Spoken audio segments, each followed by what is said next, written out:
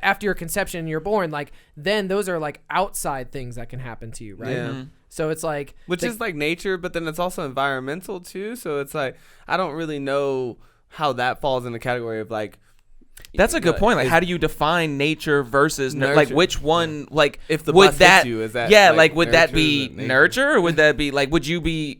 I guess it would depend on the scenario, because if you get hit by the bus because you've been taught not to cross, like look both ways before you cross the street type thing, it would be nurture. And then in the same sense, maybe you do look, but the bus driver doesn't stop at the light, and that's his nurture. He's like trained not to drive well or something. Like, how would that be? Damn. Like, it's fucking murky. I got a good one for you. What about the nature side of you are more prone to addiction, right? Based on your genetic makeup. You are addicted to crack cocaine and you're high when you stumble out into the street to get hit by the bus. Now, where does that lie? Yeah. Is that because of the nature of you having this addictive genetic makeup, or is it the nurture of I got into crack cocaine because I was living in the streets and it was around me and my father wasn't around or whatever.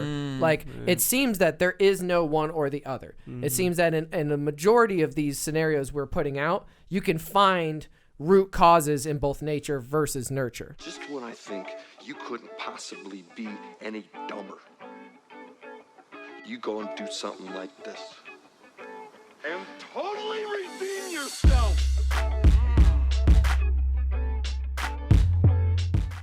Yo, what's up, internet? Welcome back to another episode of Three Averagely Intelligent Dudes discussing dangerous ideas. And today, of course, we got a pretty dangerous idea. Ooh, do we ever? Oh, yeah. We touch a lot of stuff today. We're going to be talking on some pretty controversial books and some pretty controversial theories. Yeah, and as we get started with that, I want to, remind everybody that we don't have any firm ideas or biases here. We're just discussing this and seeing what kind of outcomes and things that we come up with or ideas. Like you said, this is just a podcast where we discuss ideas.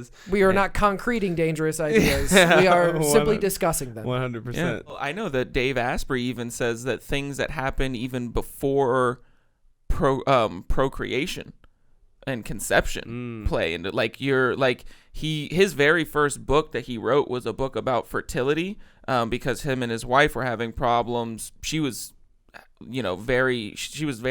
having very hard problems with her fertility, and his whole book was him like researching about fertility and like how to increase fertility and stuff like that. And he found out that, you really want to start planning for pregnancy like a year in advance as far as the woman's health is concerned, and the man's, but more so the woman, because she has such a bigger role to play in the pregnancy. Like, you want to get her hormones in line and all of her like different health aspects in line before you even have the conception, rather than start once she's pregnant and then try to become healthy while you're pregnant or something like that. So even drinking before you conceive the child can have an effect, is again like along the lines of what he was saying. I haven't read that book particularly, but he talks about it often. This was a really interesting piece here I saw. It's talking about translocation Down syndrome, and it's a version of it that can be inherited because a parent won't exhibit any signs of it, but in their genetic marker between chromosome 21, it says an unaffected person can carry a rearrangement of genetic material between chromosome 21 and another chromosome. This rearrangement is called a balanced translocation because there is no extra material from chromosome 21. Although they do not have signs of Down syndrome, people who carry this type of balanced translocation are at an increased risk of having children with the condition. It can happen it's not inherited, could be random events during the formation of reproductive cells. Could also be caused by, like you said, drinking, things like this. Like, there are ways that you can influence it, but you can just be a perfectly normal, happy, healthy pregnancy, and just because you have this genetic marker or this genetic abnormality, you could then have a kid with Down syndrome with having done nothing environmentally at all to influence it, being 100% in this case nature. But then again, you can also, the nurture can be a part of it too, because you can, like I said, you can drink or something like you can influence that to happen to you based on whatever risk you take. So that's a good example of one that's both nature and nurture. Like, Down syndrome is not one or the other. I wonder if that, like, I wonder if the child that comes from a parent with that sort of genetic abnormality. Yeah, that genetic abnormality in their chromosome of their 21 chromosome. I wonder what would cause that. You know what I mean? Like, as far as like, if you have a higher risk because you pass on that genetic trait with the chromosome, like what sort of factors come into play, even if you do take all of the care as far as like not drinking and eating healthily while you're pregnant. Like, I wonder what kind of things could influence that to manifest in having a child with Down syndrome because of that increased risk, even though you don't show any signs of it. Yeah. And then, I mean, like you said, I mean, I definitely think that there's a lot of dice rolling that be going on sometimes, like just like a fate. Yeah, exactly. In the sense of just like, how come you get hit by a bus and somebody else doesn't, or some shit, you know what I mean? Or like all these other random factors that happen in the universe, and I feel like that is just kind of like how it goes sometimes. Damn, you just threw in a whole nother thing right there. The idea of like, there's nature and there's nurture, and then there's this like whole other thing of like randomness that comes into play with it too, which is, just even more just murks up the waters of the whole discussion. Yeah, because it could be something that happens after, because when I think nature, I think like genetics, like who you are on the inside, what makes you. But then what you're talking about, that chaos theory line, that happens once. I mean, not in every case, but after your conception and you're born, like, then those are like outside things that can happen to you, right? Yeah. So it's like, which is like nature, but then it's also environmental too. So it's like, I don't really know how that falls in the category of like. That's a good point. Like, how do you define nature versus like which one? Like, if the bus hits you, is that like would that be nurture, or would that be like, would you be?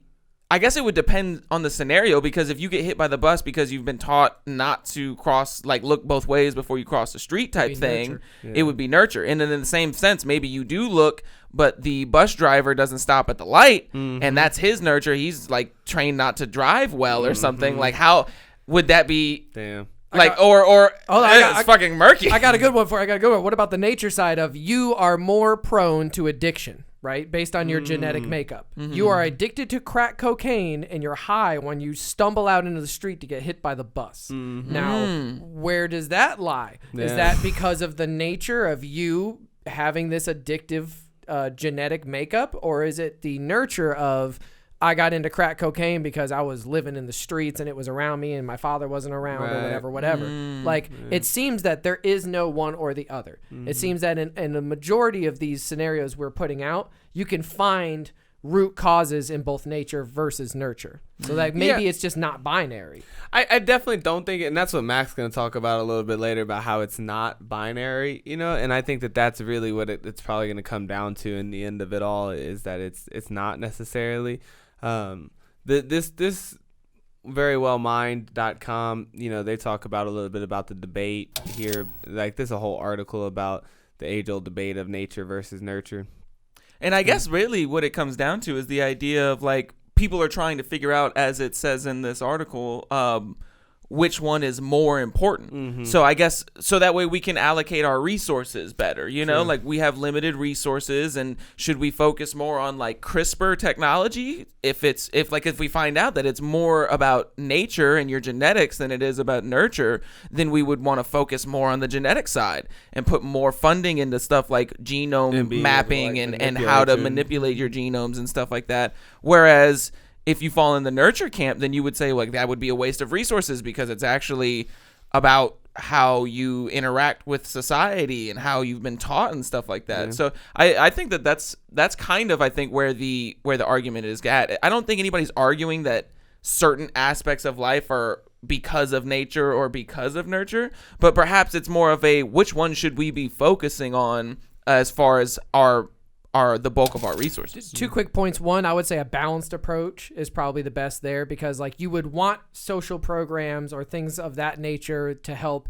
the environment, but you would also want to say have treatments for genetic disorders so they don't get inherited or something like that. So kind of both things, the CRISPR angle of eradicating that chromosome 21 extra material or whatever it is for Down syndrome, and then also saying like, we're going to teach kids at a young age, and we're going to make sure the parents understand that you can't drink during pregnancies. And but we've noticed that we don't really have a balanced approach to things in per usual. I mean, like, we wish that we had a balanced approach to our government spending on like war versus infrastructure. I was talking more It's so about like well, our solution would be much more of like, I think, a balanced thing. Like right now they're not handling it in a balanced way. Like the government's not talking about CRISPR. They're just, throwing money at border walls and things like that. I don't know though. There's a lot of genome stuff going on, and then here you got a lot of people who think that that's like blasphemy too. Like they're all like, "Oh, you're playing like God." Yeah, you're like fucking with the part of it you're not supposed to fuck with. I mean, some people don't fuck with that at all. Some people don't fuck with that genetic shit,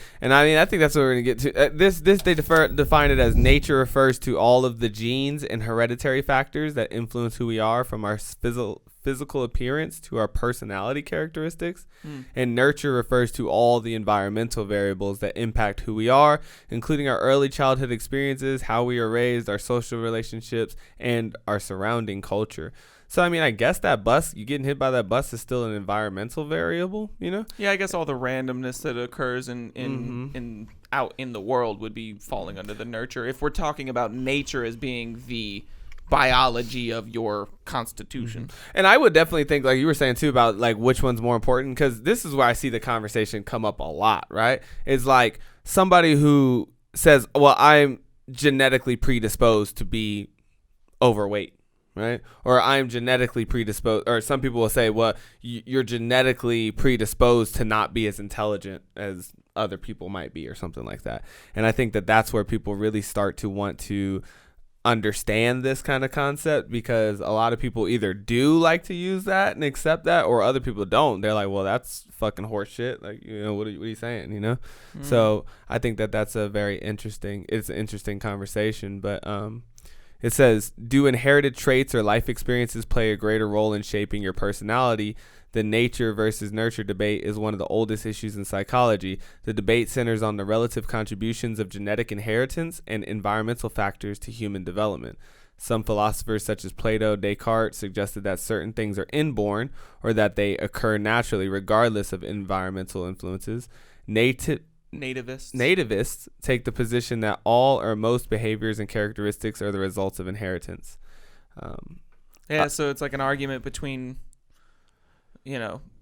whether or not you're predestined, because that's something that Plato talks about, like the idea of like a predestined life that you have to live, and right. They were big into the idea of like a prophecy, like there's like like your life is prophesized in a sense, a destiny, right?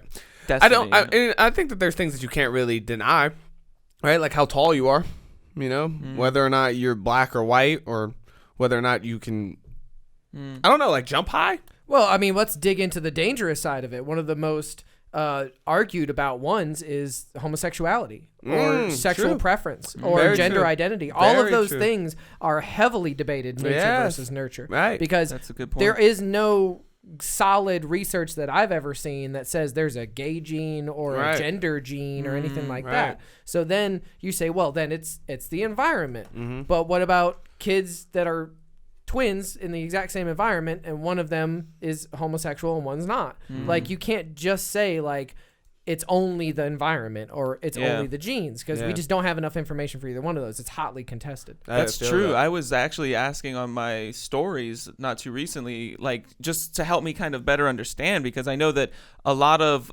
mainstream conversation talks about how like your sexuality, like your sexual preference is inborn or hardwired is a term that I hear a lot. Like it's hardwired. So like you're either born homosexual or you're born heterosexual or whatever other kind of sexual there is. I'm not privy to all of them. But then somehow your gender or your sex status is choice related. Like you can, like if you feel like I don't know if it like, because they say like I'm born with a woman's brain in a male's body, and so it's like, which one do you determine as being born with? Are you born as a man or are you born as a woman? Because your body reflects the male side, but your consciousness, your thinking reflects the female side. And how much is your consciousness built on the idea of your surroundings? Because like the biggest things, like in these very religious dominated families or very conservative traditional minded families with traditional gender roles, like a man does the providing and the hard work and the labor and stuff like that, where the son, you could say like, oh well, maybe more nurturing fathers lead to boys that tend to be transgender or something like that. But we see, I don't know if it's just because those are the cases that are highlighted, the sense where like a very manly man's son becomes transgender or is like reveals that they are transgender.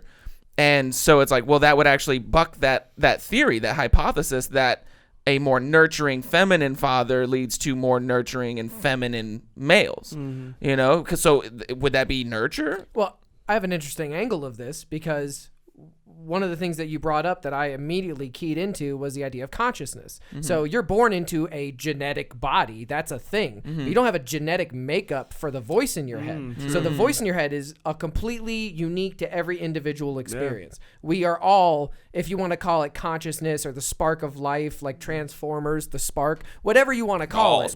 The all spark. Whatever you want to call it. The thing that is making me be who I am, is that genetic or is that spark of consciousness unique to every individual? Damn. Because if it's unique to every individual, then it would make sense that some people are born into a body that's a genetically made up body and they're like, this isn't really the body I want.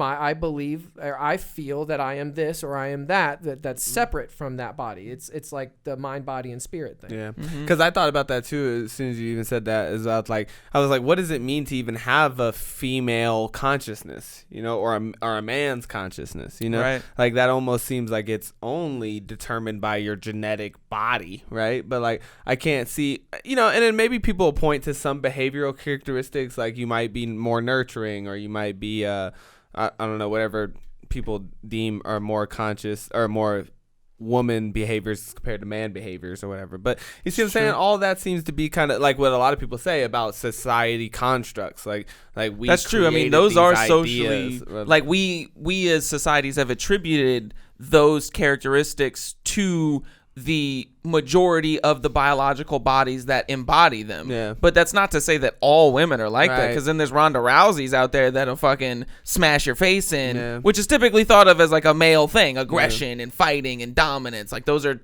traits that you would typically attribute to males, at least in Western society. I was gonna say that's because society has deemed it that way. But like, yeah, if they didn't have those gender roles, Right. then women would be like mechanics just as much as men were mechanics. like, or, did we nurture like- that? Like, but through that identification of them, Yes. did we nurture them into that? I think the societal environment is what has done it, which it says in that first thing you brought up that was talking nature versus nurture. I believe in the first paragraph when it was distinguishing each one, it put culture in the nurture. Right. Because the culture, societal norms are what have established those gender roles of women are nurses, men are doctors, or men play with tools and women play with, you know, clothes. Like those are things that are not necessarily genetically inherited. Yeah, or anything right, like right. that. Those are things that when you come out and you start taking all the information in around you, all that information around you is going to tell you boys wear blue, girls wear pink. Yep. You know, boys get dirty, women stay clean. All these gender norms. Yeah, and I mean, we're talking about things that you do, because then I think it's more personality too, you know. But like you said, I've seen women with all types of different personalities. I've seen men with all types of different personalities.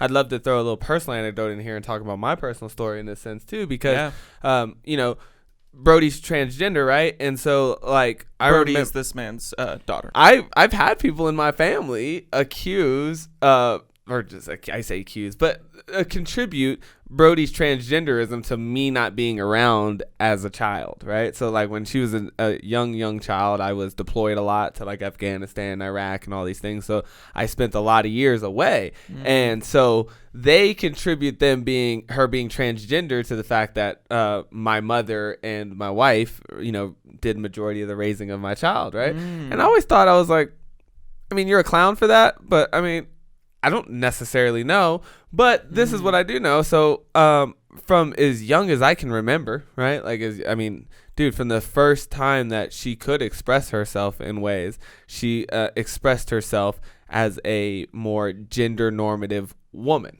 right? Like she was into dresses. She was into the girly things of life, right? You know, as people would deem that. And I love that this conversation's kind of turning to this, because I could go on this about days. I used to drive a Miata, and people would be like, a Miata's a girl's car. Yep. And I'm like, why?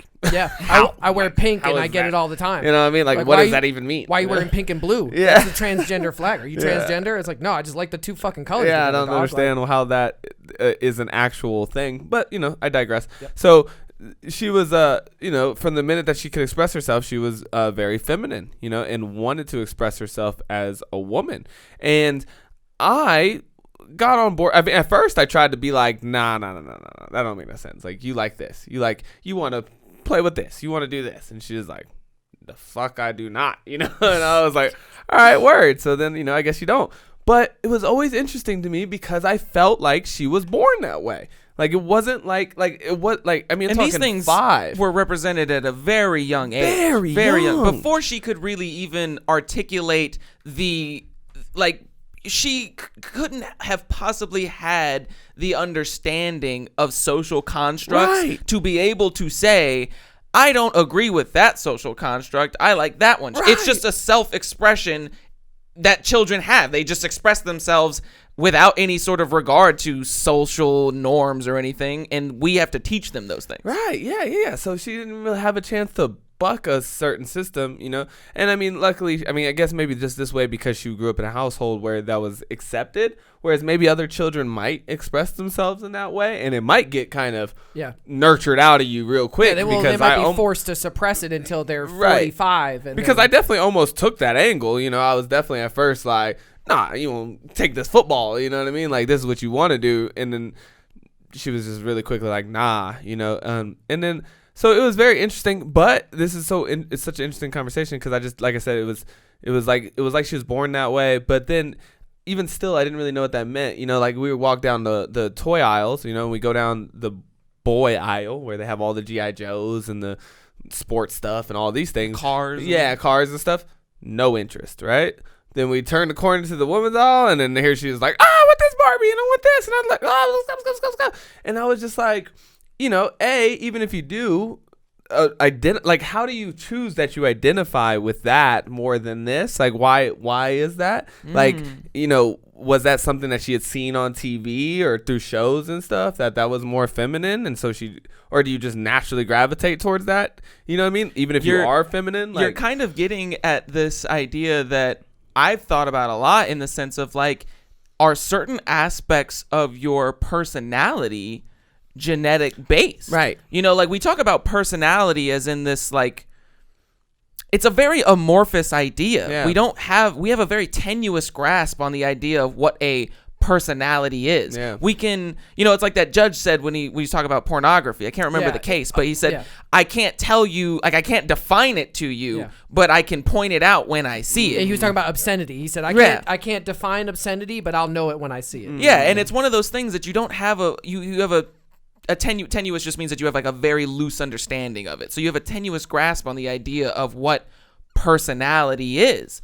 And so I think that's kind of what the question or the ponderance that you've had since she was young, in the sense of, like, where did she get this from? Yeah. You know, like, if it started so early and that she didn't have time to be molded in a certain vein, then how is it that at so young that she could identify with certain things as likable and other things unlikable? Right. And would that be considered more genetic, or were there environmental factors at play? I mean? Like, was it like commercials or like the different types of apps that she was playing with on the iPad at a really young age? Or is it like a genetic thing? So, I mean, from my personal experience, I went more to the idea that it was genetic, right? Whether or not you were identified as any type of sexuality and or gender, just because I felt like that was the case in my instance. You know, like I said, now obviously I had family members who disagreed, but for me, I was just like, I never had the chance to teach her, or I don't know what would have taught her what the difference is. And then,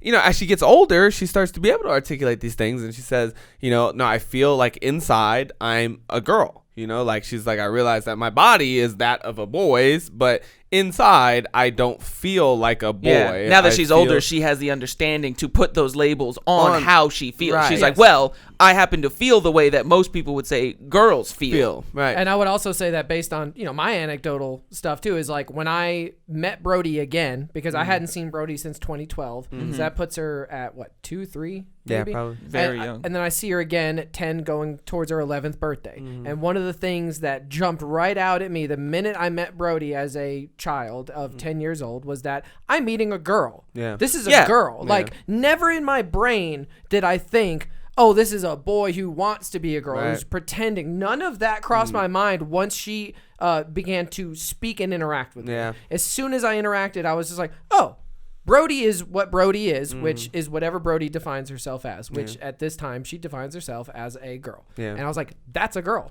Yeah. It was that simple. And I know it sounds simple. I'm not trying to make it seem like it's that simple. But it was like a switch for me. It's like, whatever she wanted to be. Like I had met her as a boy and then I meet her again and she's a girl and I just, okay, cool. So flip it over. Never once thought about it. Nah. But even in the sense too, when you were talking earlier about like, how does she know her consciousness, right, is that of a woman's though? Because like you said, like what does that even mean to identify, especially if you don't do it per your body, right? Like I identify as a male mostly because I have a dick swinging between my legs. Like that's the only real reason, and maybe that is too because I'm also a pretty feminine male, like from an energy. I was going to bring that up. Yeah, you like, definitely. I mean, as far as we could make a strong dichotomy between you and I in the sense that like we are both biologically males, but you are much more further along on the more feminine side of the spectrum than I would consider myself. Yeah, which I guess is just. Like I don't know how I identify that either. I'm more emotional. The interesting thing about that, though, wow, I just had this really. You were talking about how when you were gone from Brody's life for a certain amount of years in her development, you were also your father was also gone for a certain amount of time in your development. Whereas my father was present. We have different fathers, same mother. My father was present from the very beginning, and he never left. And that's that's obviously just one similarity between two anecdotal things, but it's something I just thought about in the sense like that was a similar experience that you had. Although I'd be interested to know the number of years, like how long was your father gone before you met like Pappy and before? About 6 or 7. 6 or 7 years. So it's even longer than you were gone out of Brody's life because you were only gone for 4 or 5 years. Yeah. I was without my father or father figure from the time I have like memories around 4 or 3 or 4 until my stepdad entered my life in like 4th grade. So that puts me at like what, like 9, something like that. Yeah. So like 5 years. So like 5 years. And I would say I have some major like feminine qualities about how I present myself. It's true. I mean, I definitely say on the spectrum, I would put myself further along. Like I like the idea of like hunting and like being in the woods and like I don't know how traditional male things. And I don't know if that has to do, but at the same time, I work with clothes, but I sew shit. I just want to hit this general idea of what we're talking about is maternal influence on your sexuality or your gender identity, and that is seems like an environmental nurture factor number one. And the other point I wanted to make was we are not scientists, so like just with a grain of salt here, we're averagely intelligent. It seems like having more proximity to the mother figure could lead to some sort of feminine qualities being expressed. So that is an interesting idea to look further into. It's true. But it is also one of the many debatable things in this conversation because there is no hard evidence. Right. This is all anecdotal. Just 3 examples. Yeah. So it's just another thing like about consciousness too is, we talk about that idea of maternal influence, but I still like if I had to put my finger on like if I had to say like what do I think helps people with or determine someone's sexuality or gender preference, I still have my finger on the consciousness. And I don't know if that's inherited or environmental. I think it's something outside of that. Yeah, I definitely don't think it, because like you said, for me, I was making this kind of point earlier. For me, I think that like if somebody would put a gun to my head and was like, "What do you think is it nature versus?" I would lend all your physical characteristics to your genes, right? Like I don't think like I said, the way you look, the color of your eyes, how bushy your eyebrows are and shit like that is not like nurtured into you, right? Like you're born that way already, you know, how tall or short you are or going to be, the size of your foot, right? So anything that's physical in nature. But when you talk about behavioral or personality based, like I think of consciousness as something that is not of this physical reality. And so I don't think it's bound by the genes that you have, right? Like we talked about this, I think, in the last episode, that like I think you're born blank. You know, like I don't think like it's impossible for a child to know, like you said, what's a traditional female role as compared to a traditional male role. Like how could you possibly know that at birth? I mean, the only thing that you could make a sharp distinction between that would be the way that the child receives its food, which is through the mother.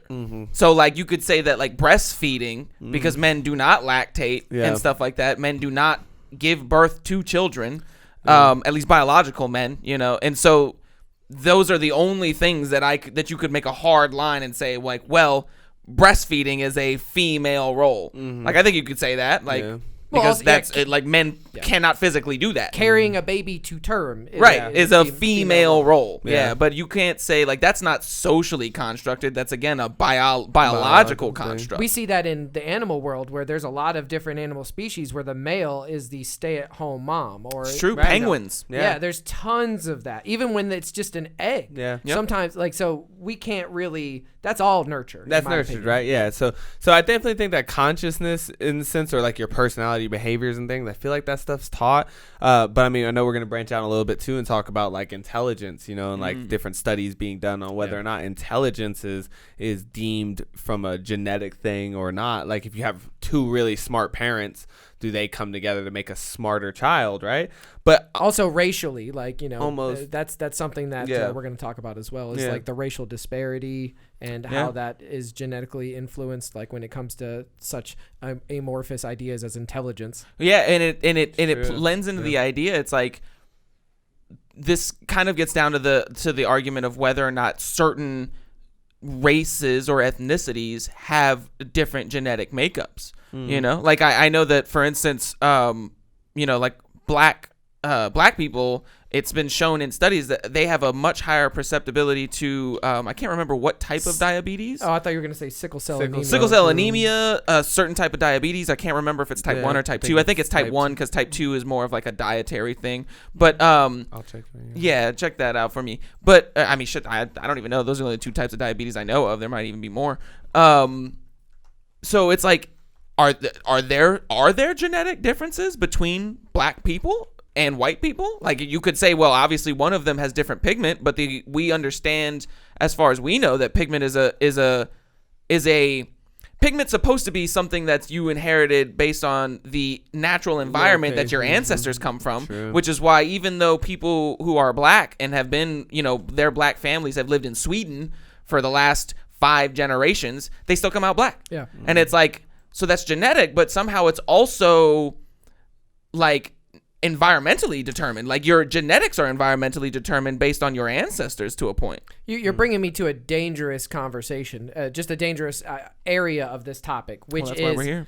Yeah, exactly. That's what I'm trying to say, is that you're bringing up a really good point that leads us down this very dangerous, narrow path of, are we all the same or are we different? Because if we are genetically different, then they are the other. And I can say that you are not of my tribe. I am this version of a human. You are that version of a human. Our like races, subspecies. Yes, like subspecies. So that's the dangerous area of where you see a lot of racial supremacists and people of that nature say, well, I'm not the same as them. Yeah. We are a different species, like genetically speaking. Whereas the mainstream ideology is that we are all the same, and we just have different genetic factors from the areas where we originated. You know, but we all come from this one thing, and that makes us all the same. Yeah, I would definitely say that we are, regardless of how you break it down or whatever, we're more the same than we are different, right? And I mean, you look at this with any animal. I mean, we're all mostly made up of nitrogen, oxygen, and fucking you know what I mean. So it's differences between us as human beings and animals, throughout the entire spectrum of animals in the animal kingdom. I think that the differences are always surface level based. The way you look and the way you act and how loud you are and these weird things, but the similarities are far more ingrained, like the idea of a heart. There are very few living creatures without hearts that have some type of completely different digestive, well, that's not true. I mean, insects and things, but like you said, for the most part, all but they mammals have a digestive system. True, though. They do digest their food. They digest different yeah. food, but they have a digest, and that's the thing. It's like the differences are well, what food do you digest? Yeah. Where it's like, but we both digest. So which one of those is more important? Yeah, Which we're both food you converting digest, energy or into- that you take in materials and some sort of oxygen or CO2 and then turn it into energy. Every single animal produces waste. Yeah, there's not a single thing that takes in things without disposing some type of waste. I think where it gets dangerous too, and I keep going to the dangerous side because my brain is just churning over here into this idea, and I was trying to find a different one, but the way that the Nazis viewed the Jewish people was that they are inherently this. Different. They are. It's not. It wasn't about environment. Yeah. It wasn't about. It was about. We have to just. No matter what you are, how you act as one of these people, you are the enemy and you must be destroyed. Yeah. So that was something I just wanted to bring up quickly. Which is the dangerous part of attributing different things to people's genes. Exactly. Is that it allows you to say that they cannot change. Yes. Right? And then all of a sudden, how long until it's, you're predispositioned to be a criminal. Right. So but when you're born, we put you in prison. Like, Right. you see what I'm saying? Like the idea of nature being this we know you'll be a criminal, so we'll just arrest you now and get it over with. Yeah. Or like when because you got the crime gene or something. or if you were in Germany and you had a baby and that baby was like between an Aryan German born person or whatever and then like a Ashkenazi Jewish person, they would say, well, that baby's going to be this or that. So yeah, you got that Jew blood in you. Yeah, it's got that exactly. Like the area. Oh, you bring up a good point in the sense that they were so.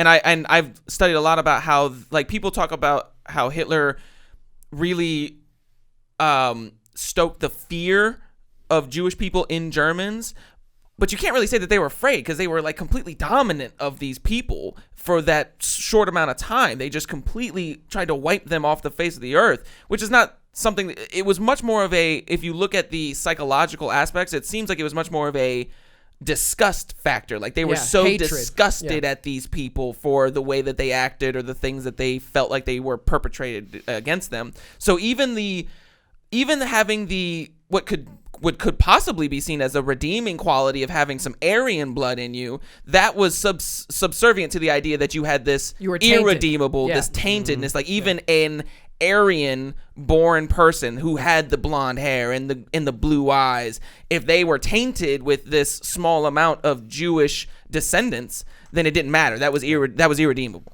Yeah.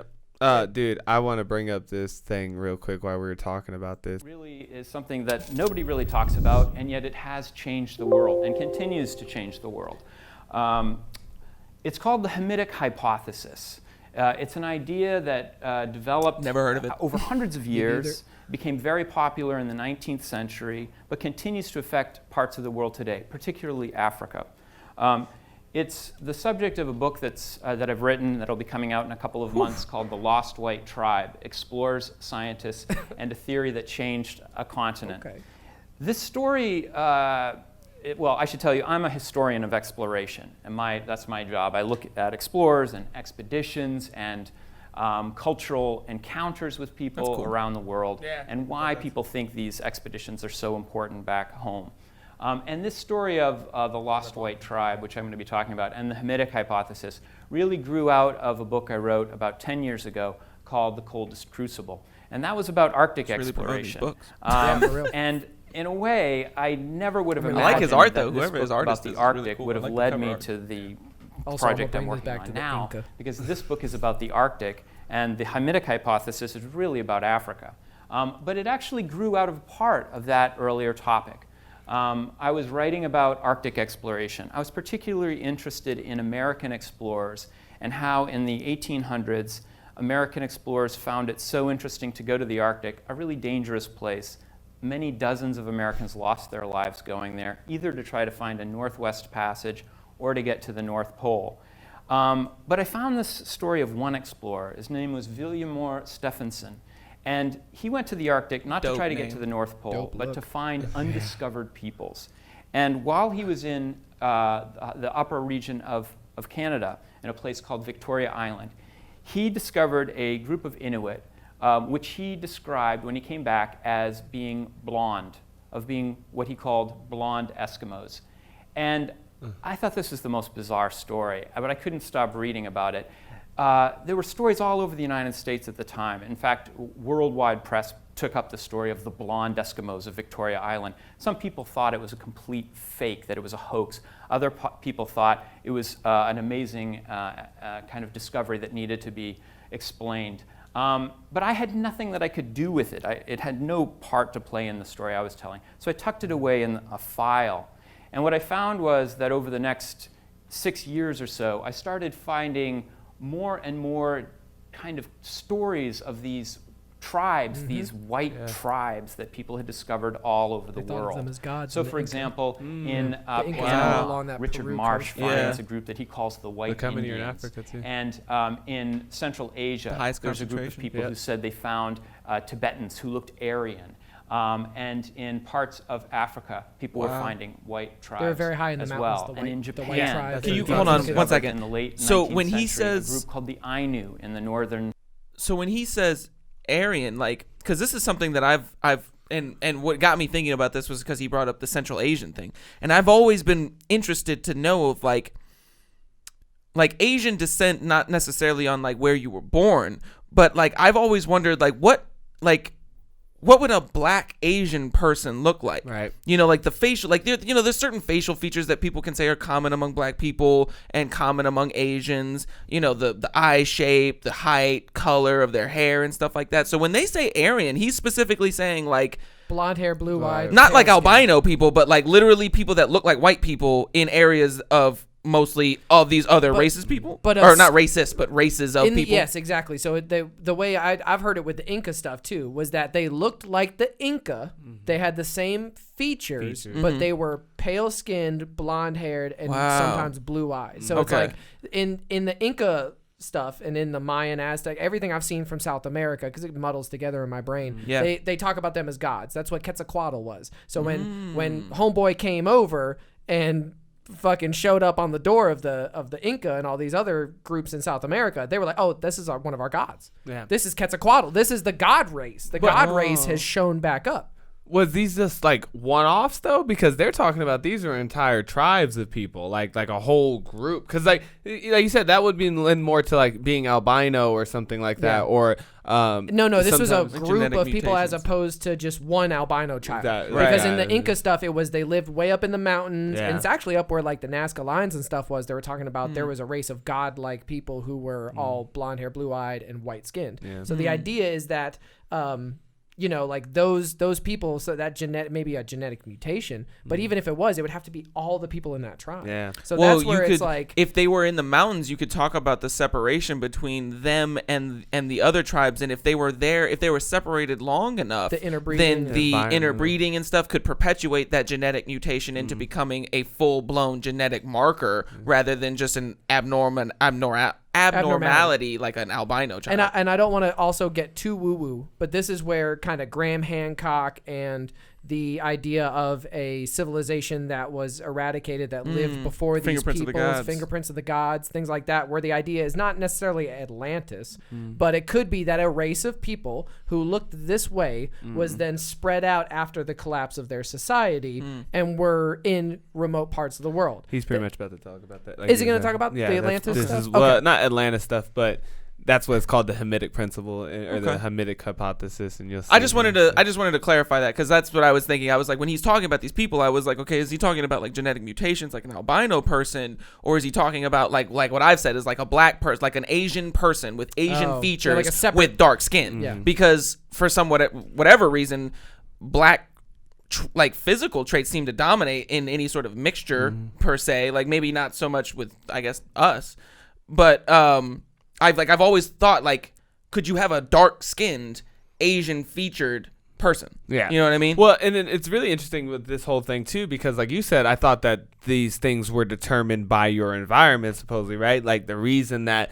Africans are black as compared to like white was because of the immense sun that that they were this getting. stuff, and it was like, you know, but then come to find out they have more melanin in their skin, but then you develop that because it helps you Theory of evolution stuff. right? where- Exactly, right. So Like how far back do you have to go before that stuff becomes nurture? right? Because at a certain point that was nurture, but now it's nature because you can be born as a white person You in know Africa. what I'm saying? Like it doesn't. It's really confusing in the sense It's of like it is changes it over nature time. or is it nurture? Because Island of yeah, Japan, but I think that's what which they said epigenetics looked is going like to really point to. Caucasians. So by the time said I they got to looked about like 2008, I had this giant file of kind of weird white tribe discoveries, and I figured now was the time to do something with it. But there was one story in particular that I was interested in, and that was the story of a discovery that took place in East Africa in the 1870s. In that red box that you see there. Lake Victoria, it happened, weird. Just yeah. to Victoria the west Island. of Lake Lake Victoria, Victoria, one of that's the largest weird. lakes in the world. And it was made by a very famous explorer, Henry Morton Stanley. Stanley, very much as a man of the 1800s, was at this transition moment between people who used the Bible as a way of explaining the history of the world and people who used science as a way of explaining the history of the world.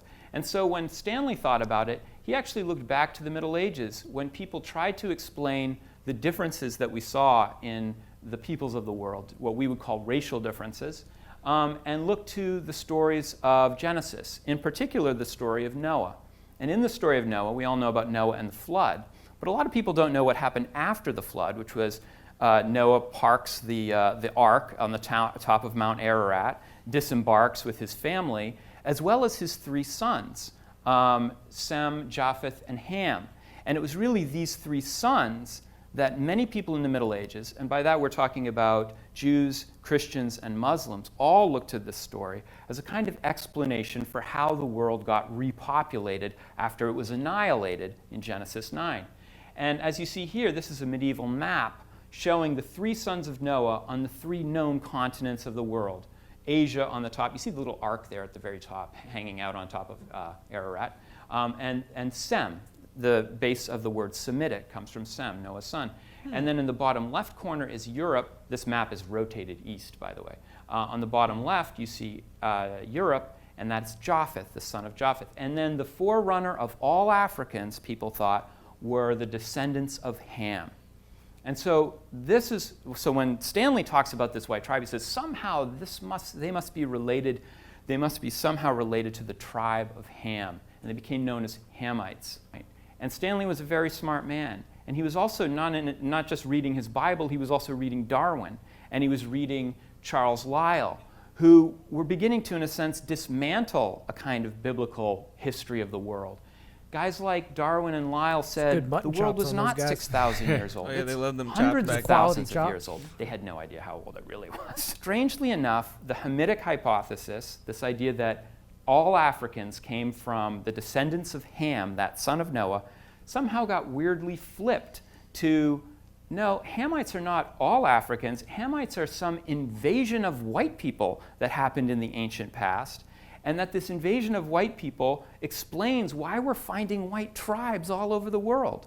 Now, if this sounds a little bizarre, let me kind of reinforce, this was not some wacky idea like, scientists who go looking for Sasquatch or people trying to prove cold fusion. This was anthropologists, linguists, paleontologists, all kinds of scientists from across the Really took a spectrum shit on were interested in Sasquatchians. this. Yeah, for There was real. a map, for example, got of an against the anthropologist squall. named Griffith Taylor, who was actually trying It to made me wanna describe figure out what what he cold saw as fusion the is. racial Yeah, dispersion out of Episode Asia fucking around the 22, world. Cold So Fusion. Now you'll look, and it kind of looks like a swirly map. But just to orient you here, the middle of the map is Asia. And as you see, there are these kind of initial kind of flows outward of darker races. Now, Griffith Taylor believed that the first races of the human species were primitive, and that the later races of the species were more advanced. And like most 19th century Europeans and North Americans, when they thought about primitive and advanced, they saw it also as a racial ladder, and that primitive meant dark-skinned and advanced meant light-skinned. So they created a kind of color map of the world. To give you another example, he called this the lava flow. That's how they were. That all of the races of the weren't as human smart as we are. species Yeah, you know, or at least they emerged didn't in know as Asia, much. and then gradually, Yeah. the later, more advanced races, i.e. the white race, kind of rolled over the other races and spread itself out as it conquered and overcame and drove to the edges the darker raced peoples of the world, either intermarrying with them or conquering them. Europeans were madly scrambling for colonial possessions from Asia to Africa. In fact, this map of Africa from the late 19th century shows essentially the color codes here are different color codes for European countries. Brown is France, green is Great Britain, blue is Belgium, that purplish color is German. Literally all of Africa had been carved up by European countries as they tried The Spanish to had that colonies. one tiny little spot Yeah. at the The top. idea And that Portuguese there had got, been like, white 2 little ancestors spots on who the had belly. done this before. But Belgium kind of just fit took them And they the took the mold of centerpiece, the though. They were like, we're European really thinking at the time. hungry. Yeah. You know why? As European One thing that I colonists- thought was kind of interesting when I was looking at that map, though, was you could tell like the green was the most striking color that stood out, and it was the British. And you can see where like the British would come in. They probably first landed in like East Africa or something like that, but then there were some that went down to the Cape and to the Horn of Africa down to the bottom, but then there were some that went all the way around to the other side and then got to, you know, northern Nigeria and places on the other side of Africa, because it was much easier for people to travel by sea than by land at that time. You know, like you didn't have cars or planes or anything, so you would sail around rather than trying to trudge through this entire continent. And it seems like the Belgians were like, fuck that, we're going right into the center. Like we're just gonna ride through this tiny little canal through the center and then get to the center, and then they kind of spread out from there. Here's what struck me. Okay, other than the fact that I just realized Madagascar was French, what a come up for the French. But the Empire of Ethiopia is surrounded by the French, the British, the Italians. Like, they were literally surrounded, and they were like, nah, fuck that. Yeah, the Empire of Ethiopia is not doing that colonial shit. I wonder where the Zulus were. I feel a little under-knowledged here, but I've seen there's a movie called Zulu where the British Empire fights the Zulu tribe. Yeah. Zulus, in overwhelming numbers, launched a highly disciplined attack on the slopes of the mountain of Isanduana. Wounded and sick 36, fit for duty 97, and about 14 native lepers. There are 4,000 Zulus coming against you. You must abandon this mission.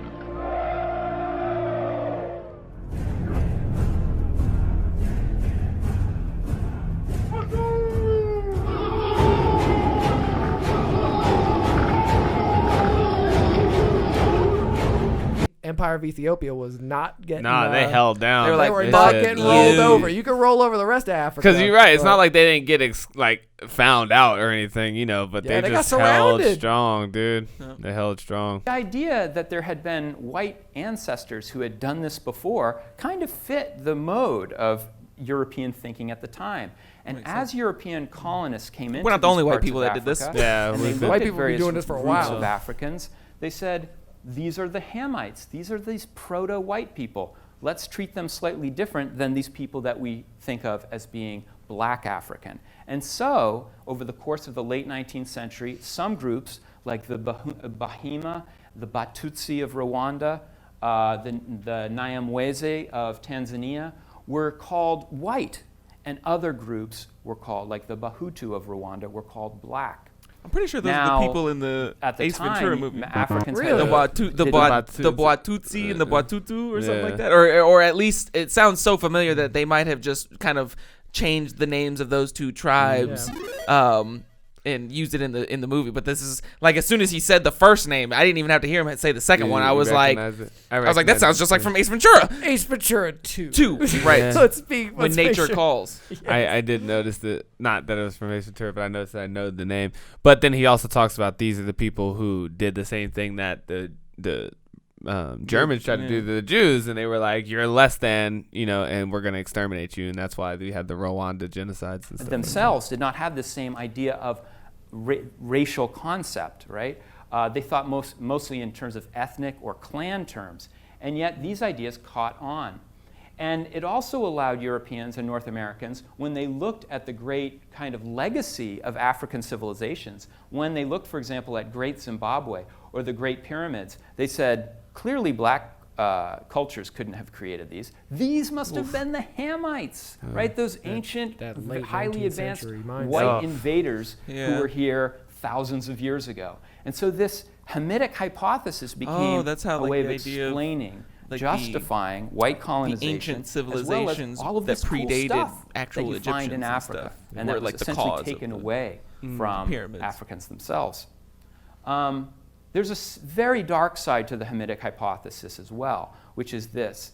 Even after Europeans left Africa in the 1960s and these countries became independent, even after the Hamitic hypothesis essentially was exploded as not being true, even after that time, Africans themselves had started to adapt and adopt the Hamitic hypothesis as a part of their own history.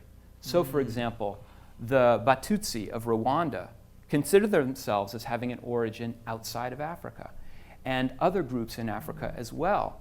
The Iroquois of Tanzania see themselves as having a Mediterranean origin, not an African one. We now know that in terms of human diversity, Africa is the most diverse continent in the world. There's more human diversity, i.e. physical diversity in Africa, than any other place, because within Africa is a much longer evolutionary period of time for the human species than outside of it. So I think he did see cradle of motherfucking civilization. It was filtered through, and this is my own theory, and I'm very proud of it. It filtered what I call the Mr. Magoo hypothesis. So for those of you who are too young to remember Mr. Magoo, he was this Don Quixote-like figure who was so nearsighted that you would stick him in a room and he wouldn't really know where he was, and he thought he was somewhere else. But everything that he bumped into or knocked into, he interpreted as if he was in that other place, because his expectations of where he was were so strong, it filtered virtually all information coming in. And I think that almost all explorers, probably all tourists, suffer from the Mr. Magoo hypothesis, which is that they too, in a sense, filter everything they see through their expectations of what they should see. And I think Stanley, in a sense, wanted to see people who were like him, who were European. He was a desperately lonely man. He was living in Africa for 3 years, oftentimes without anyone else from Europe or North America. And I think in a sense, he wanted to identify with people and saw this difference, cheekbones, aquiline nose, lighter skin color, and traced that as white. But ultimately, I think we should remember the Hamitic hypothesis, because when we think about master races and Aryan domination, we think about the kind of very short, very violent history of Nazi Germany. But in fact, there was a much longer and a much more profound racial theory that continues to exist today, and that is the Hamitic hypothesis. Thanks very much. Powerful.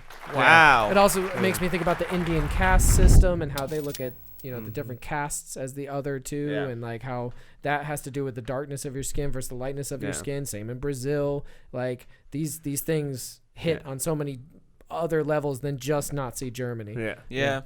And like you said, it's very dangerous, because that's what leads, that's what can happen when you really start to see yourself as a different type of species or something, because your genes are different or some shit or whatever, your skin color is different. It does lead to supremacy hierarchies and the ability to extinguish something else because it's not of you. You know what I mean? Small rant, but that's why I get upset when I see when people refer to Democrats as demon rats, or Democrat rats, this idea of vermin. Anytime you put someone down as some subspecies, then you're saying, or dogs or monkeys or whatever, that is literally saying you're not the same thing as me. And when I'm not a spider, so I can just smush a spider and it does not affect me. Dehumanization, which is a huge part of how the Nazis were able to get a lot of just regular everyday German people to not only just kind of go along with it, but buy into this theory. Actively participate in the subjugation of these people in the same way that the Rwandans, the tribes in Rwanda did in the 90s. I mean, and again, like he said, it's not these extremely violent things that you don't that are like somehow distant in the past or whatever. Like it's happening today, you know. Yeah, like my Democrats mind goes and to Republicans. I mean, that's well, that's my a mind real goes case. to, that's it's divisiveness, but my mind goes to what was happening in Armenia and you know, the whole idea of like this resurgence of the Armenian genocide. And they were like, okay, we come back to finish the job and shit because like we still don't fuck with these Armenian people because they're not actually people, and it's like this stuff is still happening, you know, and these tentacles that reach out from the past, they touch every aspect of the future because it's like a foundation. You can't, like each brick, like the brick at the top of a building might not physically touch the brick at the foundation of a building, but they are connected through all of the other bricks along the way. Yeah. And even when it comes to like every aspect of science, from archaeology to linguistics, like they're trying to categorize and, you know, like differentiate, hierarchy, separate people, and that can be dangerous. That's a great point that we're touching on there. Is that even though we all speak different languages and we have different environmental factors in our evolution as people, we are all people. Like that is something that's why, like I said, that what got me here was the idea that people call Democrats demon rats. And it's not good. Dehumanize. That shit really touches on me because I immediately take it to race or gender or inherent factors, not just political ideology. You can see, because it's what you're seeing, or at least you can tell me if I'm wrong, but it seems like what you're seeing is the exact same mode of thinking with different labels. Yes. You know, like instead of using race as the criteria, you're using ideological lines. Yes. Yeah, because like a lot of people do that. They'll use religious lines, or even like they said too, there was a lot of tension in Africa pre this,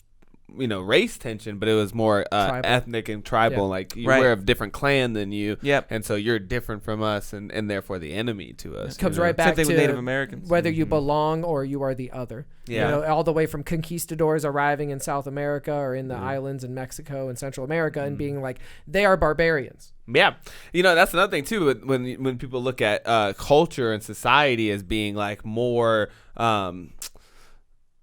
valuable than like tribal living and stuff, right? So like a lot of times where you get colonization, right, is you run in and you say these tribes in Africa or in the Amazon and all these places are more, like you even said it earlier, they're ignorant or they're not as smart as we are because they know less, like, or they have like less information. I mean, look at their houses, they're made out of straw, right? You know? Exactly. And so it's like they're somehow a subspecies or less than, but it's not that, you know. It's like we've been around for the same time. Why haven't they come up with brick houses? Right, but like they have their own intelligence. Yeah. You know, they have their own like connections and things that they use their brains in a way. You know, Yeah, like if we were like to you could never build a fucking bow and arrow out of the things that you have at your disposal. Exactly. Right? Yeah, Like, just so dropping these Europeans in the middle of Africa without like having African guides and stuff like that, they'd all die. They'd all because your brick houses don't do anything in that environment. Because like there's a reason why they make their houses out of goddamn straw. Yeah, if you were born in Iraq, let's say 100 years ago, you were not gonna build your house out of wood. Right. You were gonna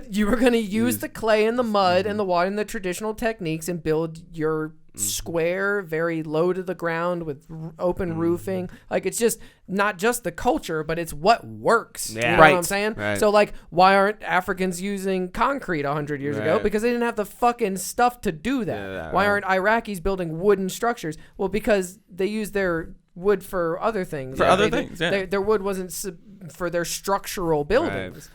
Also, they didn't have giant fucking forests all over their goddamn country, you know, where you could just cut down acres and acres of timber. But I'm you had sure more they would have wood figured it out. Just like you did. Like in the same way that you don't have a lot of clay, so you didn't make adobe houses or whatever, you know, like you use the resources and you have your own intelligence or your own mode of knowledge. It's the intelligence is how to use the land you're in. Right. It's not that this one works better than that one. Well, but the Europeans were building buildings that were 80 feet in the air. Like, okay, but you have trees, you have like all these other things. Like and you didn't have enough space, which is why you had to build them into the air. Not to mention the technological factors of maybe that your tribes didn't war as much, so maybe you shared information more. There's so many factors in this idea of intelligence and barbarism versus civility. Yeah, 100%. Because like you said, the pyramids are, god damn it, a good example of this. Fucking look at them giant motherfuckers. We still don't know how they fucking put those together. And don't get me started on Gobekli Tepe.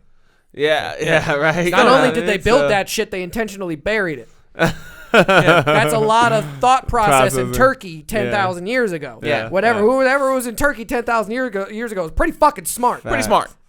But like you said, even too with intelligence, and you were gonna bring up a source about this, but like you see that it's a amorphous idea, right, of like what it even means to be smart, right? But then you even see that throughout any type of culture, like, or any type of race or genetic gene or anything like that. Is like you can go to any society or any civilization or anything, whatever, and there's gonna be dumb people and there's gonna be smart people, and I don't think that that's necessarily a genetic predisposition, right? You know, I think that again, any type of behavior or psychology, I think is, and I'm obviously averagely intelligent, so who fucking knows? But because you weren't born with a smart brain. Yeah. You were born with that average brain. Yeah, exactly. Well, let's get into it then. Yeah, I mean, you want to check out the bell curve? The bell curve is all about this idea of intelligence and stuff like that, and how it differs between races. So, I think that this is a great lead-in for it. I'm going to talk about the bell curve. It's intelligence and class structure in American life. Basically, this book came out in 1994 that has been fought over for a long time. Basically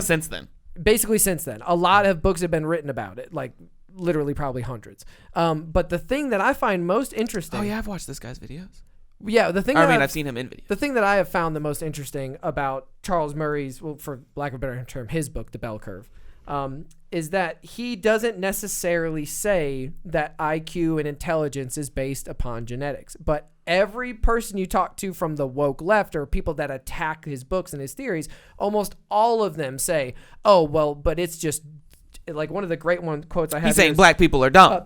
By scrutinizing the footnotes and bibliography in the bell curve, readers can more easily recognize the project for what it is, a chilly synthesis of the work of disreputable race theorists and eccentric eugenicists. Eugenicists being the idea that you would perpetrate a more genetic supremacy and that you would weed out the weaklings. Yeah, eugenics was the practice that was used, that some people attribute to why African Americans are so good at sports, in the sense that in the slave times they would breed the stronger of the males and females together to make even stronger. Yeah, eugenics were also in Nazi Germany too. That was a thing. The idea, they do it in China a lot, just based off of like male female when the one child policy was going on, because you needed a male to carry on your lineage. So if you were only allowed one child, they would get rid of the females. Another example. And now they're having a very long, or a very big problem with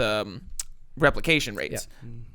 They're not reproducing. Their whole population is dying off. Wonder why. So I have some good sources to back up this idea that what they wrote about is not exactly what the press reported on. The authors were reported throughout the popular press as arguing that these IQ differences are strictly genetic, when in fact they attributed IQ differences to both genes and the environment, aka epigenetics. It seems, and this is in chapter 13 of their book, they say, it seems highly likely to us that both genes and the environment have something to do with racial differences. So that's very explicitly saying that. Right. And I also have found a couple other ones where they say something similar. The debate about whether and how much genes and environment have to do with ethnic differences remains unresolved. So these are just them explicitly stating, we're not saying it's just the genes when we talk about intelligence. Now, what they talk about with intelligence in the book, and I didn't realize until after I had read through this that they use the ASVAB as their test. So literally the entry test to the army is what they used when they were trying to do like IQ and scoring for this book. So that's it was also published in 94, which means that they were doing a lot of this research pre that too. Yes. So okay, that makes sense in the sense, like, they don't have modern day IQ tests to use. Just not we're comparing a thing from the past to now. It's not only the ASVAB, but this is they talk about IQ a lot in this book, and that's where the controversy comes in, is the idea that people that are black are in some way less intelligent. So they used, because in the data they're scoring lower scores on the ASVABs and other tests. The data is there, right? Okay, and it's up to us as people how we interpret it. So these two guys interpreted it looked at all the different angles of interpretation. And what their conclusion was, after all of this discussion in the book, was that it remains unresolved and that it's a bit of epigenetics, without using the term epigenetics. But since they were attacked so heavily in the press, it became this very controversial thing. It became, this guy believes that black people are inherently dumb. So that's why you have such controversy in that. I had to kind of clarify with the bell curve.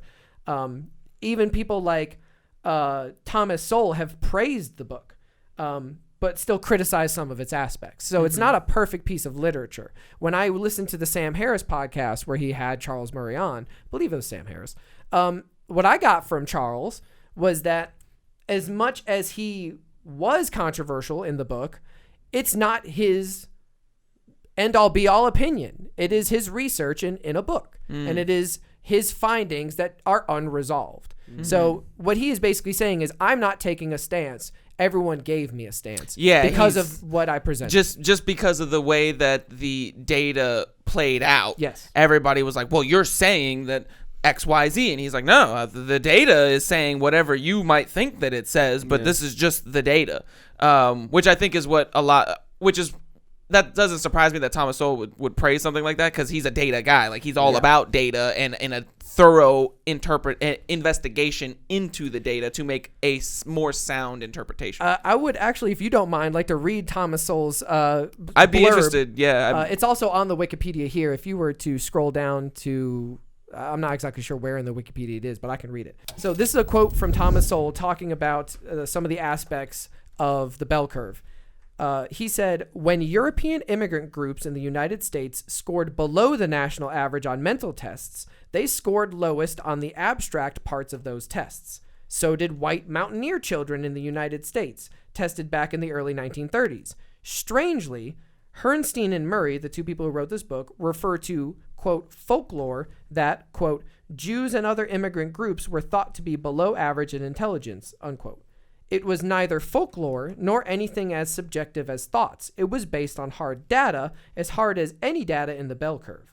These groups repeatedly tested below average on the mental tests of the World War I era, both in the army and in civilian life. For Jewish people, it is clear that later tests showed radically different results, during an era when there was very little intermarriage to change the genetic makeup of American Jews. So what he's saying is, based upon this evidence in these Jewish people, intelligence is not inherited. Right. Yeah. Well, basically, he was saying that once the tests were testing for different criteria, then all of a sudden the Jewish people's IQs went up, even though there wasn't much genetic difference in their actual makeup. Yep. And they so just knew different things. They just knew different things. Yep. And like you said, or like he said, the parts where they scored lowest were on the abstract parts. Correct. So it's creativity and stuff like that, which, I mean, not to say that Jewish people aren't creative or anything like that, but we know that they are very good at business and logistics and stuff like that. Like, they run operations very well, which is why they are represented very well in those kind of industries. Yeah.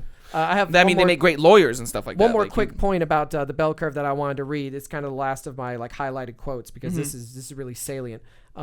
It's talking about the book, and it says this book presented strong evidence that genes play a role in intelligence, but linked it to the unsupported claim that genes explain the small but consistent black-white difference in IQ, saying that this book did kind of make some claims. Like I said, even though it said it was unresolved, it did make some claims that the differences on IQ were due to genetic intelligence.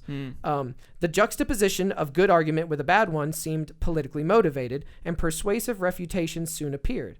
Actually, African Americans have excelled in virtually every enriched environment they have been placed in, most of which they were previously barred from, and this in only the first decade or two of improved but still not equal opportunity. I thought that was a really salient point. Yeah. Saying that, well, obviously, if this is not true and that that the genetic makeup doesn't determine your intelligence, then give them some fucking time. We just started letting these people into unsegregated schools. Yeah. We just started letting them into our political machinations. Let them let them get in and advance without barriers. And then, if you still believe this, maybe there is some give them the same opportunities, and then you can, because that would be a controlled test of give how them the same nurture, and then you can blame it on exactly, nature. And then you can blame it on nature. Very exactly. well. And I think that that's something that, like, Walter Williams talks about, how in the 100 years after slavery, before the modern welfare state and the war on poverty and stuff like that, that black people made some of the greatest gains over the highest hurdles of any people all at any time, anywhere in the world.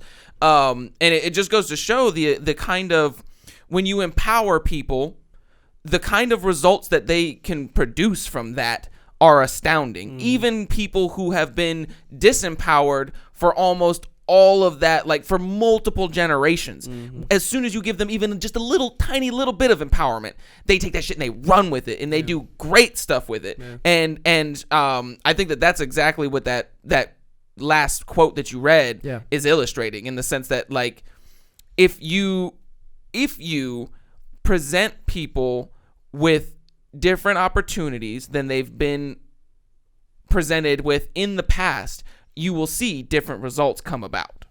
It's what's sad in our society too is, I hate to be harping on TED Talk a lot, but I watch so many TED Talks on my road trip. They're great. To LA. They're very good. Yeah, you know, I spend about 4.5 hours just straight down there listening to them. But listen to one on the way back where this lady's talking about how COVID-19 has changed our education system and stuff, right? And how that's like, it was a great speech. She gave a great speech. It was just so well said and all that stuff. But one of the points she brought up in it is how shitty we still have the system where the level of funding that a school district will receive is based on test scores, right? And then, as we're seeing, right, like if you have a society or a group that has been not afforded the greatest opportunities, right, so that they have already their predisposition, not because of nature, but because of nurture, right? And like, the skewed testing. All that, right? So then they get less funding in their schools too. So now you get people who need the more help, who need the more leg up, and they're receiving less funding for the schooling. So you're getting worse schools, and then that's still, in a sense, is not helping them to.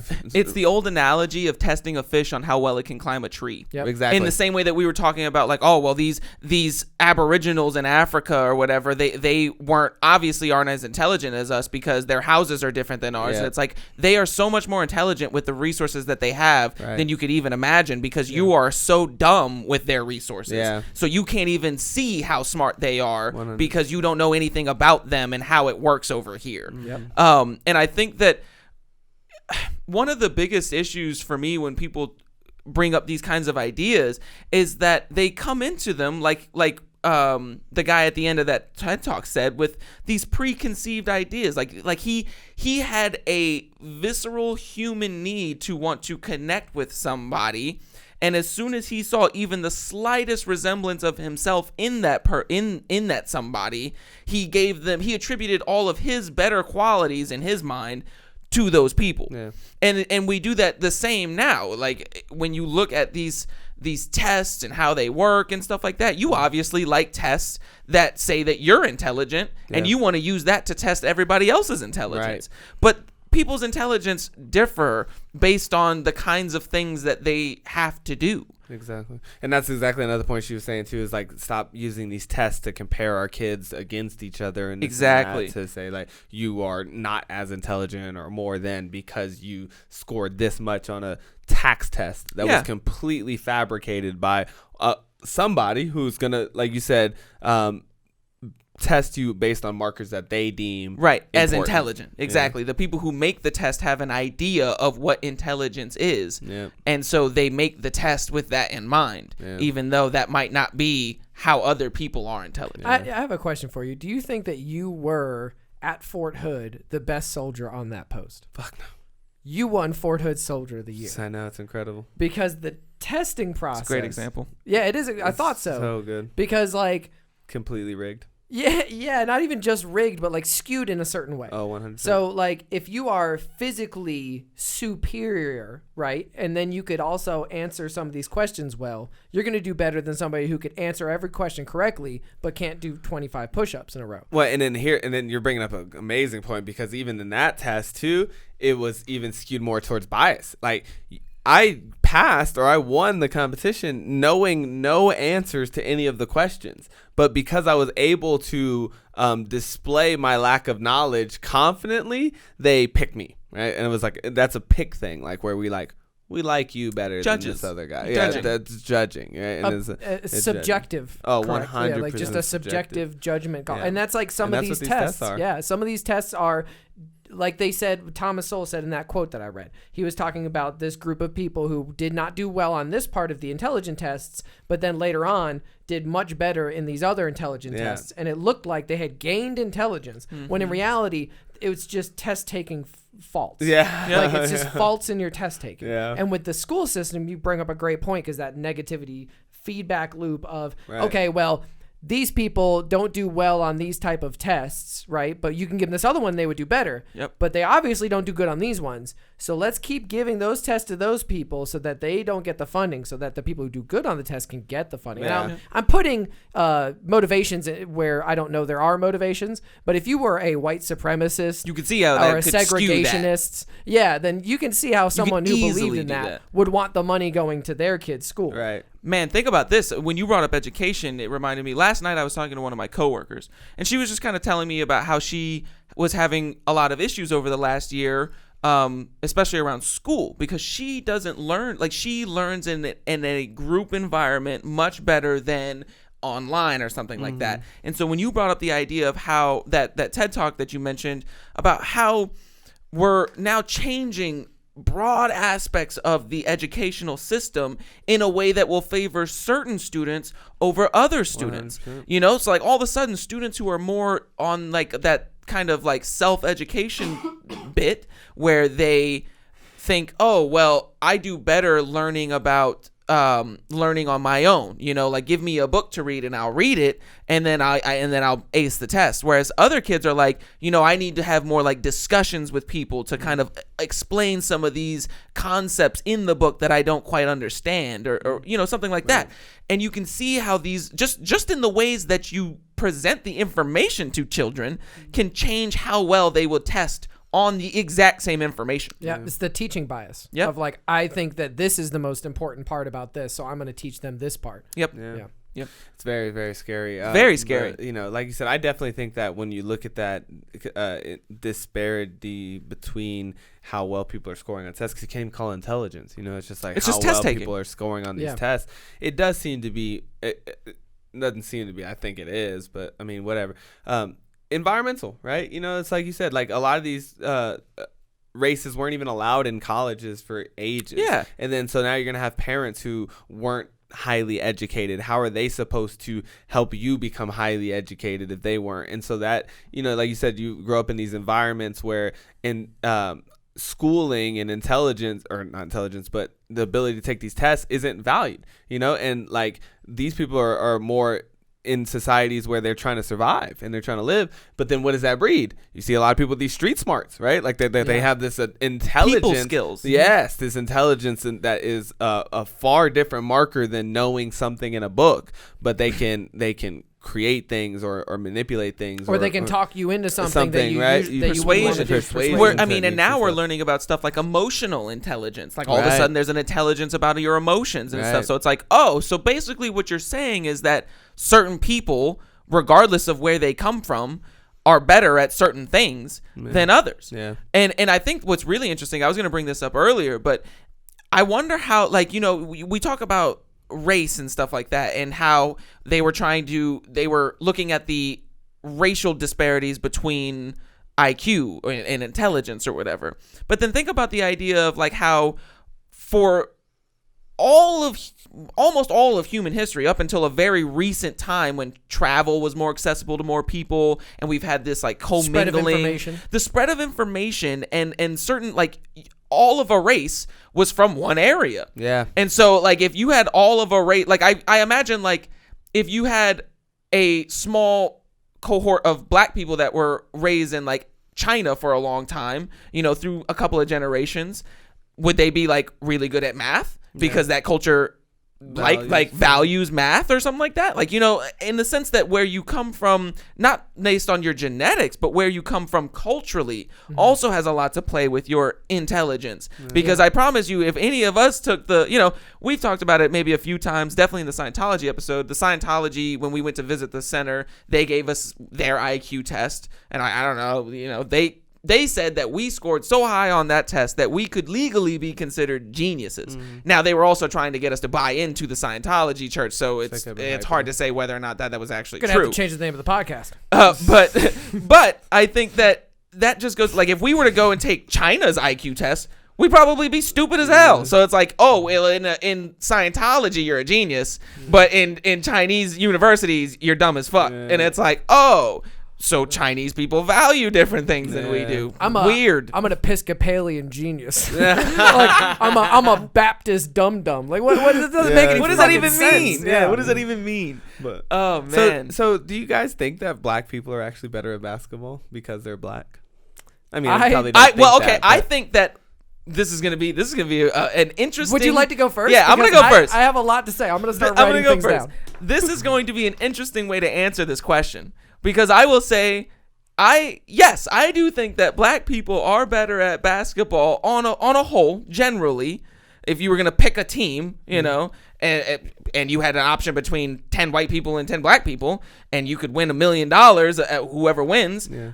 Probability, if you're just a gambler or whatever, like I am, in the way that I assess optionality, I would pick 5 black people just because I don't know anything else about those people, but I know that in the real world, for some reason, black people seem to be better. They are in higher positions than white people. But I don't think that is because of their skin color. I think that is because of their culture. Yeah. There is a black culture, and it values basketball very highly for whatever reason. And so, like, that's why I think that when you see a lot of really good basketball players who are white, they tend to identify with black cultural things. They grew up in inner cities. It's not like it's very, or at least I haven't seen a lot of stories of really awesome white basketball players who come from Hicksville, wherever. Larry Bird. Well, I'm not saying that they don't exist. I'm just saying that if I was going to make a bet or a guess, I wouldn't pick where Larry Bird came from as going to have one of the greatest basketball players of all time. Kansas or Iowa? I don't remember. Nebraska. I didn't want to get into Nebraska. It's Nebraska. Yeah. You're right. But where in Nebraska, though?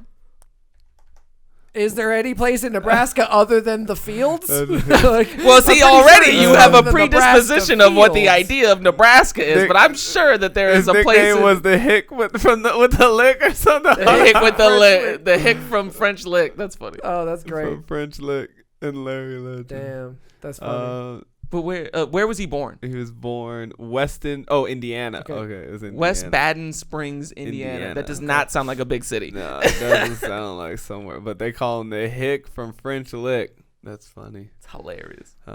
So yeah, and I think that's again, it can be a cultural thing. Yeah. I think that's why I made my answer, not because of genetics, but because of culture. I only asked this question because this happened to me a lot as a kid. Yeah. Like when I was younger, people were always like, aren't you supposed to be good at basketball? You're black, or like, how come you don't run fast? Like, this is shit that people actually ask me. Yeah, real shit. And I had to first of all hit him with first I'm half, so fuck out of here. Yeah, well, it's not like. But second of all, I just thought that was interesting because how would I be good at basketball? I had never picked up a basketball. Like, I was not interested. I don't even know the game of basketball when these people are judging me on whether or not I'm good. But that's kind of how this Hamitic theory or whatever is dangerous. You do perpetuate these ideas that based on your skin color, you're genetically predispositioned to be good at basketball. I would like to say my quick piece here. Yeah. And the idea that black people are better at basketball, to me, is just, it's very clear that it's not genetic. Yeah. The only way that it could be genetic is if you were to say that there are tribes of people in Africa who are taller than the average people in Europe. Right. Or like height is a difference that is genetic. That is a physical characteristic. So, which is important in basketball. Exactly. So if you want to go with physical characteristics like height or length of the wingspan of the arms, whatever you want to say. Size of the hands. You could say that those things make them genetically predispositioned to be good if it's in their cultural environment and in their mental focus. Like, you could say that they were born with the proper tools. Like, you could look at that and say, like, Larry Bird was 6'9". Okay, Larry Bird probably has some big hands. Yeah, he was probably comparative to some of these other African Americans he was playing basketball with. But it had nothing to do with his genetics in the sense of he's like a black person genetically. Right. Yeah. It was because that his whatever was in his culture and in his environment combined with those physical characteristics. So his dedication and mental focus to the game of basketball, his father buying him a basketball maybe, or having a basketball hoop in the yard, or growing up poor in the projects where the only fucking playground is a caged-in basketball court. Whatever environmental or cultural things that led Larry Bird down the path to basketball had nothing to do with his race. Yeah. I also think that it's not a surprise that the most well-known and greatest achieved Asian in basketball also happen to share these traits in Yao Ming. You know, Yao Ming is a huge person, especially when compared to other people of his own genetic makeup. I mean, he was just a monster. So and it goes to show too that like that nature's so important, or nurture's so important too, because you've had so many basketball players who do not fit that stereotype. Steve Nash, Spud Webb, so many Muggsy Bogues. neither black nor tall, you know, or any of those things, but found a way to develop approach themselves the game in a different way. That kind of proves my point in what I'm trying to say, of that there is no real actual genetical predisposition. So that means that if you want to make a cultural assumption, you're assuming that they fit a stereotype. So when I look and say, like, if I were to pick 10 random Americans, or if I had a pool of 20 random Americans and I had to pick a starting 5, you know, like, to say that I would just pick all the black guys, well, you might get it right. But you might also pick 5 black guys that love anime and play soccer every day. And they just never use their hands for anything. And those guys are going to not know how to dribble properly. And the guy that goes, well, I'm going to go off of just like, okay, like based off of his like, you know, other aspects of him, body language, you know, like how he speaks and holds himself. Like, you would want to go off of all the factors. You would want just more information to play. Yeah, you would want more information to make a better decision in that scenario. That's and how I think feel about it. Definitely, and that's why I think it's so important. Like I always say, more information is not always necessarily, it's not always a good thing, but I would rather make a decision with more information than with less. Even if some of the information I'm getting is false or anything like that. Like I feel like I have a good interpretive, like I can interpret the information in a way that will allow me to like bring out the bias and kind of pull away some of the stuff so I can see the truth within it and make a better decision from that. Just the facts, man. Critical thinking. Let me hop in here too and say like why I think it is cultural, because we all agree that we think it's an environmental thing and a cultural thing, but this is what a lot of people in the black community have been crying for too, in this sense too. When basketball started, it was a predominantly white sport. It was only white because you like, as far as associationally, like the NBA was just white people, right? They had their own, the African Americans had their own basketball association. And then they ended up being really good, right? And then so then they get invited into the NBA, right? Right. Now, this is what I'm getting to. As a young black kid, and you're looking for markers of success, right? And you're saying, okay, where can I succeed in society, right? I'm looking for heroes. That where do you see them? Oh, well, they're in the NBA, right? And so now when you start thinking, well, I should start doing that. Like, you know, I could obviously pick up something. My point is that if as a black kid, a young black kid, and you're looking for a place to find yourself in society, you're not going to find a lot of heroes that were fucking president of the United States or any very recent thing. You know, or drug dealers, rappers, and I'm not being stereotypical on black people. I just watched that hip hop documentary, and they talk about that. That's who in your neighborhood? Who in your neighborhood had the money? They'll tell you, hey, you better be a rapper or a ball player. You're never getting out of here, right? And so I think that culture breeds that, because you're looking at society, and like you said, you're looking for a place to fit in, and you're looking for a place to succeed. And like you said, like, what is society going to value of me, right? You don't see people who are scoring ridiculously high on the ASVAB or anything like that, right? But you see you're exposed to heroes to different things that you can look up to and say, like, this dude's like me and he's really good at basketball. Maybe I'll pick up basketball, right? Or this dude's really good at rapping and stuff like that. Maybe I can pick that up. And then over time, it's more and more and more and more and more. And so more and more people look to these people as their heroes. And that's why people are saying it's so important to get more people into schools and into the presidency and other places, that people can see people like them that represent their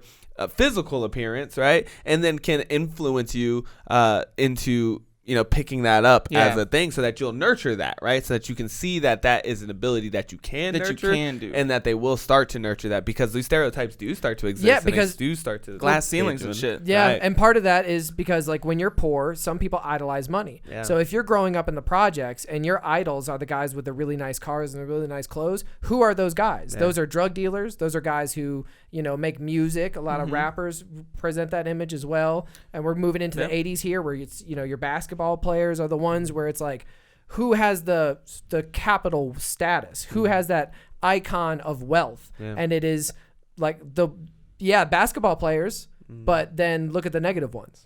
Yeah, and I think and you guys are hitting on a really good point in the sense that the exposure to the success of those things is sometimes just as, or maybe even more important than how many success stories you can tell about that. Because Thomas Sowell talked about how he had a student in one of his classes who was black, and he was like, man, I really want to be a pilot in the Air Force, but I just know the white man's not going to let me fly a plane. And this was said post World War II, when there were famous stories of full black fighter squadron Tuskegee pilots, Airmen. the Tuskegee Airmen.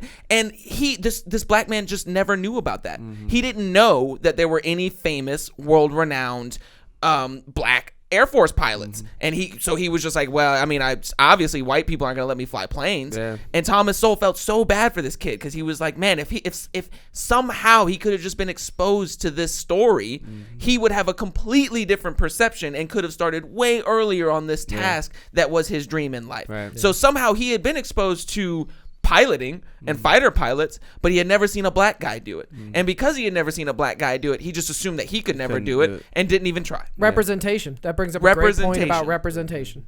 And my opinion about this topic has changed greatly over the last year or so, studying more about psychology and how people adopt those kinds of ideas, because I used to think like, well, there's plenty of examples out there, but if you don't actually know that the examples are there, then you can't call on them to empower you or motivate you to do that. Yeah, it's true. Yeah, and it's even in our media. If they're not making movies about it or making songs about it or promoting it on television in some way through storytelling, if they're only telling white stories, then you might never know about, some of these abolitionists or, any like Rosa Parks. Like, we know the big names now because of the civil rights movement. Yeah. If the civil rights movement had never happened, where are those heroes? Exactly.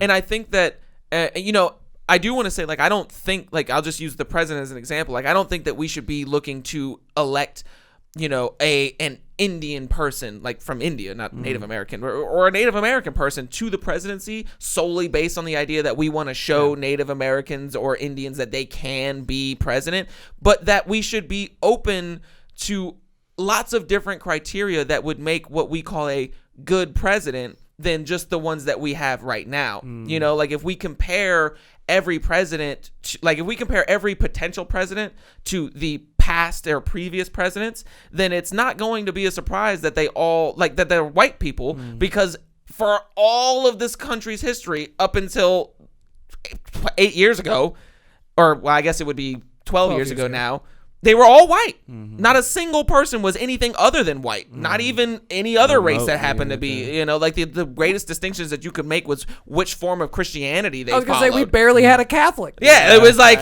they were pretty much all Christians of some sort of either Presbyterian or whatever, Episcopalian, whatever they happened to be. But like they were all Christians. They were all white dudes. They all mostly were from affluent. Some of them, like Andrew Jackson, were more like frontiersmen and stuff like that. But very small distinctions. And I think that if we just open up in the same way that we need to open up our idea of what intelligence means, we need to open up our ideas of what qualifies as a good XYZ. Yes.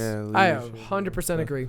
100%. Very well said. And then, so, I mean, like you said, I definitely think that it's, what's the epigenetics thing? We've been talking about it a little bit. So, we brought up this term, we obviously think epigenetics, a number of times in this podcast, and this is what I'm going to be talking about. And, I actually, in the Instagram chat, there's a small little TED Ed video, like 5 minutes, that talks about, it's the first one up there, what is epigenetics? A brand new science, not brand new, it was, the studying of it started in like the late 60s, early 70s, but it's just now coming into vogue and becoming a popular idea of things that people are getting more funding for and stuff like that, so...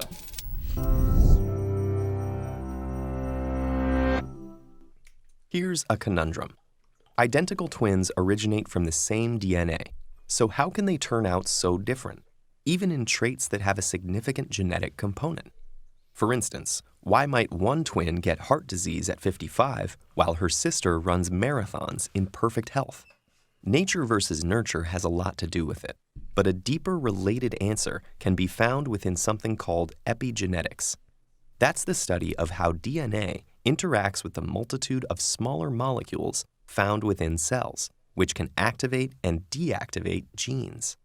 If you think of DNA as a recipe book, those molecules are largely what determine what gets cooked when.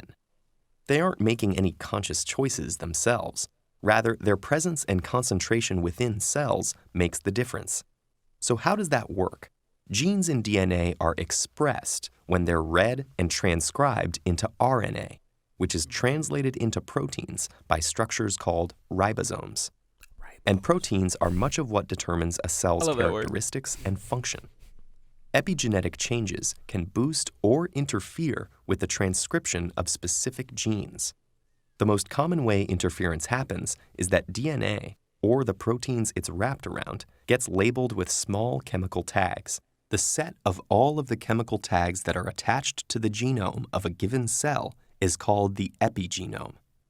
Some of these, like a methyl group, inhibit gene expression by derailing the cellular transcription machinery or causing the DNA to coil more tightly, making it inaccessible. The gene is still there, but it's silent. Boosting transcription is essentially the opposite. Some chemical tags will unwind the DNA, making it easier to transcribe, which ramps up production of the associated protein. Epigenetic changes can survive cell division, which means that they could affect an organism for its entire life. Sometimes that's a good thing. Epigenetic changes are part of normal development. The cells in an embryo start with one master genome. As the cells divide, some genes are activated and others inhibited. Over time, through this epigenetic reprogramming, some cells develop into heart cells and others into liver cells. Each of the approximately 200 cell types in your body has essentially the same genome, but its own distinct epigenome. The epigenome also mediates a lifelong dialogue between genes and the environment. The chemical tags that turn genes on and off can be influenced by factors including diet, chemical exposure, and medication. The resulting epigenetic changes can eventually lead to disease if, for example, they turn off a gene that makes a tumor-suppressing protein. Environmentally induced epigenetic changes are part of the reason why genetically identical twins can grow up to have very different lives. As twins get older, their epigenomes diverge, affecting the way they age and their susceptibility to disease. Even social experiences can cause epigenetic changes. In one famous experiment, when mother rats weren't attentive enough to their pups, genes in the babies that help them manage stress were methylated and turned off. And it might not stop with that generation. Most epigenetic marks are erased when egg and sperm cells are formed. But now, researchers think that some of those imprints survive, passing those epigenetic traits on to the next generation. Your mother's or your father's experiences as a child or choices as adults could actually shape your own epigenome. But even though epigenetic changes are sticky, they're not necessarily permanent. A balanced lifestyle that includes a healthy diet, exercise, and avoiding exposure to contaminants may, in the long run, create a healthy epigenome. It's an exciting time to be studying this. Scientists are just beginning to understand how epigenetics could explain mechanisms of human development and aging, as well as the origins of cancer, heart disease, mental illness, addiction, and many other conditions. Meanwhile, new genome editing techniques are making it much easier to identify which epigenetic changes really matter for health and disease. Once we understand how our epigenome influences us, we might be able to influence it too. Shit blew my fucking mind. Yeah. And so I will say that right now a lot of this research is focused around the idea of disease and health, which is why that video focused a lot about it. And I think that the reason for that is because, like you said, there are certain genetic markers that are that you can't really think, like, you know, like your physical markers and stuff like that. Which, I mean, I would even argue, like, the idea, like you talked about the idea of like how tall you'll be. And I think that there are certain things in your environment that can determine that. Like if as you're growing up, if you're in a lot of instances where it would be better for you to be taller, that might program your genes to start growing your body. That, yeah, exactly, because you're growing still. So it's that's not like what you're I was talking about. You remember that? Yeah, exactly. You're not predestined to be a certain height. I think that you could possibly get to the point where we understand that if certain environmental factors are at play, those environmental factors will lend to greater height growth in your development as a child. And I think that the other video that I have is a couple of clips cut out from a London Real interview with Bruce Lipton. And Bruce Lipton is he's regarded by many as like the father of epigenetics. He really was doing a lot of this research in the early days in the 70s, and he kind of talks about it, but like I didn't really use a lot of these clips, but in his research he would use, you know, he would take a stem cell. And a stem cell is an embryonic cell, and he was talking about how, you know, every human being, regardless of how old you are, has billions of stem cells in your body because it's how new cells are created. And he's talking about how like the lining in your digestive system, every single cell in the lining of your digestive system is replaced every 3 days. So you have to have stem cells that replace those things. And he was saying that in his research, what he would do is he would take, for example, 30,000 stem cells from one organism. So it has exactly the same genetic makeup. And then he would separate it into 3 10,000 cell petri dishes. And he would change and alter the chemical culture that the cells lived in. And he could influence stem cells to create bone cells or muscle cells or fat cells, and just by changing the chemical makeup of the culture in the petri dish that they were growing in, even though they all had the exact same genetic makeup. And so this study, or these studies that he was doing way back in the day, were kind of disproving this fatalistic idea of like, well, you're locked into your genes. You're born this way. You're born this way. Like if you got the BCR1A gene, then you're gonna get breast cancer or whatever. You know, like he was really showing like, no, there's a lot more at play when it comes to your genes and how they're activated and what's going on. Than just what they are and what we already know about them. It sounds like he was way ahead of the curve on what pop culture is now latching onto as the secret, or the idea that you can kind of manifest or control these things. Oh yeah, and he talks about that for sure. Like he talks about how it connects with Big Pharma and how Big Pharma is like totally just like not really looking at this at all, because you can't take mental changes and encapsulate it and sell it to people. Yeah. You know what I mean? Like you can't sell a pill that says change the way you think about something and it could change how it'll actually affect you. Yeah. Yeah, like you said, like you that we see that all the time in mental illness pills and things like that. Like that's not going to stop you from having a negative disposition towards everything that you think about and stuff. And I've been working on this theory a little bit too. I mean, not just me, but like I was telling that about people like when basketball, for instance. I feel like if you commit yourself to the idea of playing basketball, that maybe that influences your epigenetics to start growing you taller. But then also we see this in like the placebo effect, right? Like how do you actually heal yourself if nothing's healing you? Well, maybe it's your thought process that can influence these things of like how you're the interpretation of pain, like the idea that if you're in virtual reality and they stab you, you feel a stab. Like the idea that your body creates the pain. Yeah. The conventional story, almost everybody's programmed with genes turn on and off, and then they control the character of your life. And if you buy that story, which I did and which I was teaching, it really means that we're victims of our heredity. We didn't pick the genes as far as we know. You don't like the traits, you can't change the genes, and the genes appear to turn on and off by themselves. All of a sudden you see your life is not under your control, it's under the control of the genes. And a lot of people feel that way looking at their family history and going, oh my goodness, I might have the genes for cancer or whatever it is. Right, and things like 23andMe now probably just reinforce that idea. Because you can go to 23andMe and then you can look at all of your danger zones. Because I did the genetic test and people said, oh, are you supposed to have all these things? And I'm like, I didn't even look, because does that make it worse? Well, it does, because since consciousness is involved, if once I feed you with an idea that you are susceptible to something, look, I can feed you with an idea that this pill that we just got from the pharmaceutical company, it's the greatest, best thing for your issue. And I give you this pill and you get better. And then later you find out it was a sugar pill, and everybody goes, yeah, that's called the placebo effect. And I go, what does it really mean? I said, you didn't get healed by the pill, you got healed by the belief in the pill. And I go, well, yeah, that's what placebo is all about. And at least 1/3, minimum of 1/3 of all medical intervention is, it's the placebo effect where the healing comes from. And everybody goes, yeah, I know about the placebo. I go, yeah, but that's a result of positive thinking. What about negative thinking? And this is what we don't talk about, but the reality is it's equally powerful in regard to affecting your biology as is positive thinking, but it works in the opposite direction.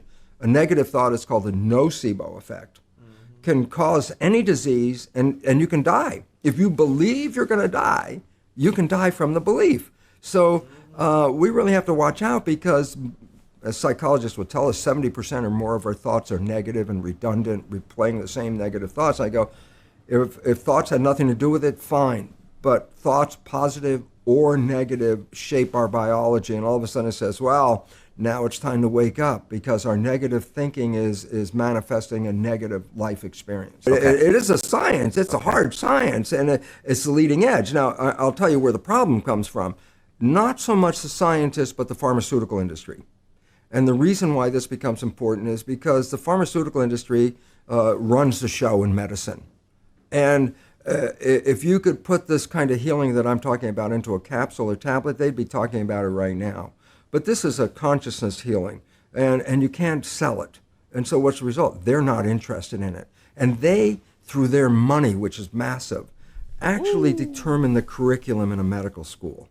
And the idea is, well, what's relevant? Well, if you understand epigenetics, you don't need the pharmaceutical industry. And all of a sudden it's like, wow, that's not in the interest of one of the biggest industries on this planet to say you can heal yourself without drugs. And I go, absolutely. Okay. How do we break this cycle? How do you fight these huge companies? Basically stop buying the product. And you say, but how can I stop buying the product? And the answer is, well, empower yourself, because you're the one that controls all this. Any drug that affects you got to understand this.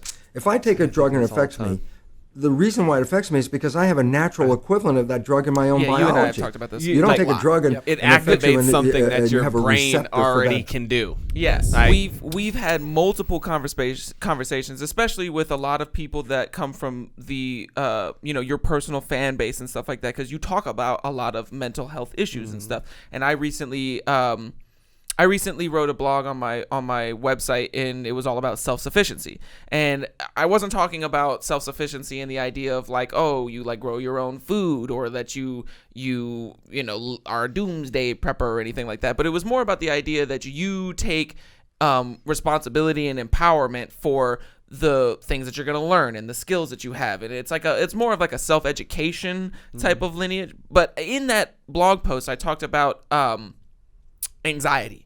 And I highlighted anxiety as a way, like anxiety, if you dampen your anxiety with drugs, you are not treating the cause of the anxiety, you're just getting rid of the anxiety. But the anxiety itself is a signal to you from your body that something is not right. Something you are unsure of something, or whatever the reason is.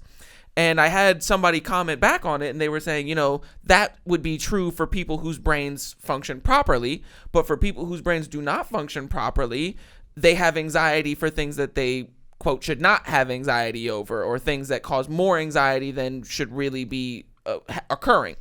And they were basically saying that, well, because of this, you have to take the drugs or whatever to fix the chemical imbalances, or the misfiring neurons or whatever, to fix that issue. Right. And I was saying, well, the way I look at it is that those things, the anxiety that you're experiencing and the chemical imbalance, could actually both just be separate symptoms of a deeper issue rather than one causing the other. You know what I mean?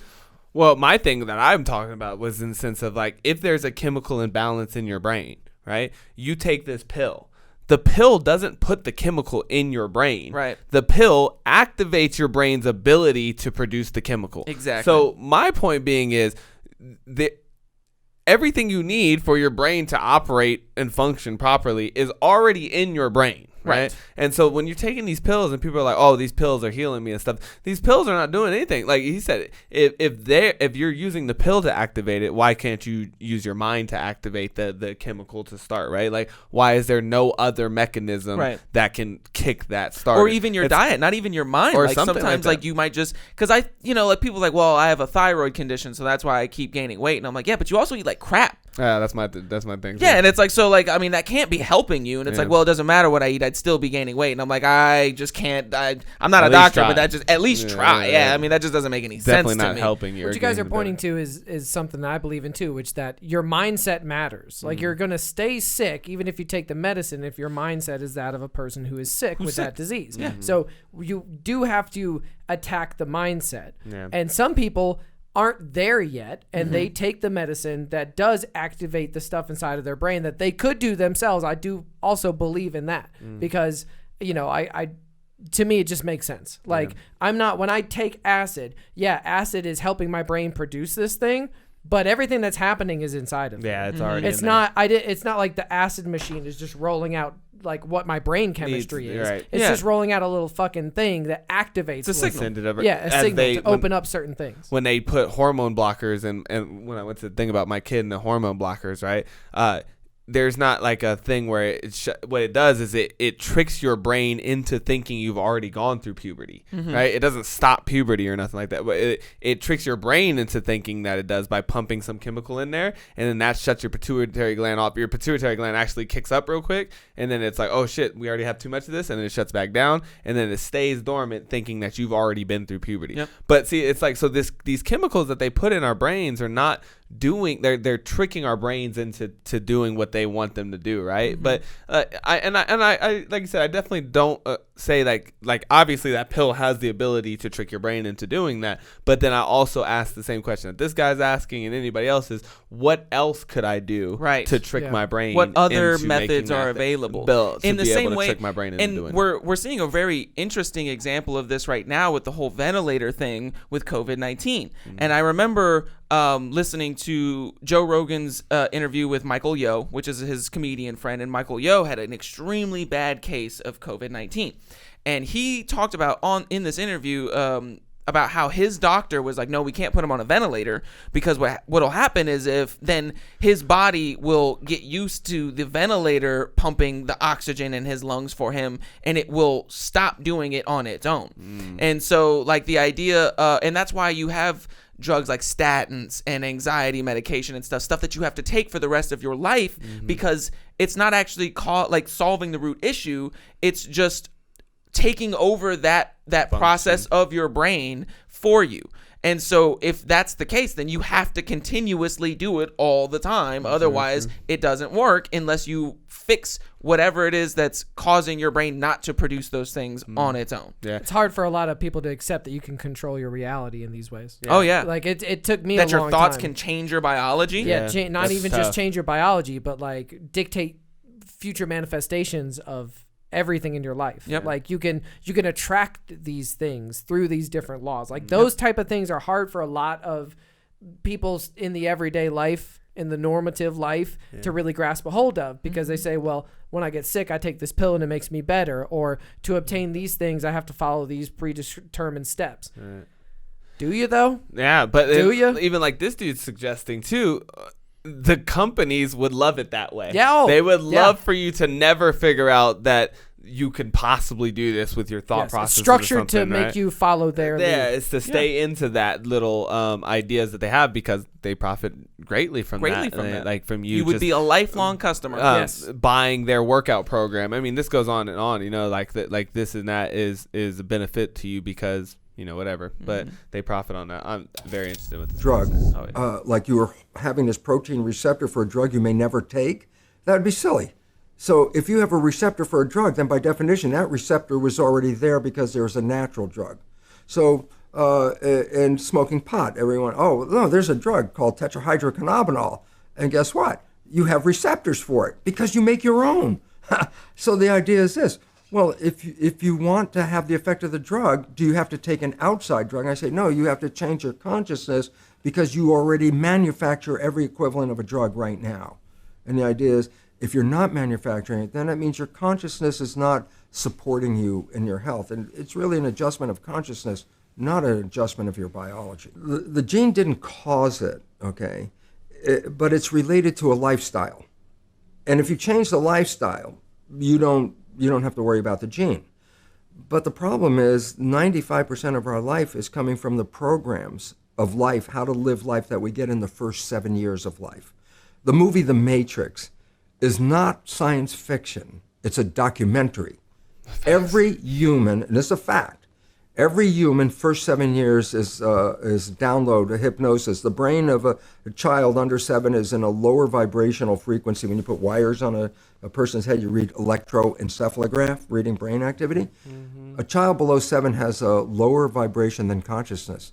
It's called theta. Theta is imagination. Oh, that's how kids play a tea party with mud pies, but to them it's a real thing. A kid rides a broom, it's a horse. That's theta, imagination. Theta is also hypnosis. And the idea is this: before you can become conscious, if you don't have any programs, what are you going to be conscious of? It's sort of like I buy a new iPod and I take it out of the box and I push play and nothing happens, and you think, oh my God, I spent all the money and the damn thing isn't working. And then some little 7-year-old kid comes up and says, well, mister, you didn't download any music. How are you going to play something? And I go, that's the same thing. It's like the brain is like the iPod. Consciousness is the screen where I can create. But if I don't have anything in the hard drive, I can't create. So nature makes the first 7 years. What kind of programs are required to live on this planet? I say, how do you get them? Theta is hypnosis. You just watch. You watch your parents, you watch your siblings, and your community, because you have to learn how many 100,000 rules. Think about it. Just to be a functional member of a family and a functional member of a community, there are rules. Teach an infant these rules. I say, oh, you don't have to. First 7 years, they observe it and just download it.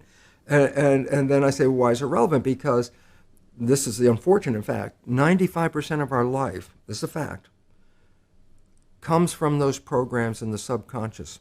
Every day, only about 5% of their life are you using conscious, which is creative. 5%. So your life is being lived, even though you think you're living your life. Exactly, and you don't see it because it's called subconscious, below conscious. And the Jesuits, for 400 years, they were boasting. People didn't understand. They say, give me a child until it's 7 and I will show you the man.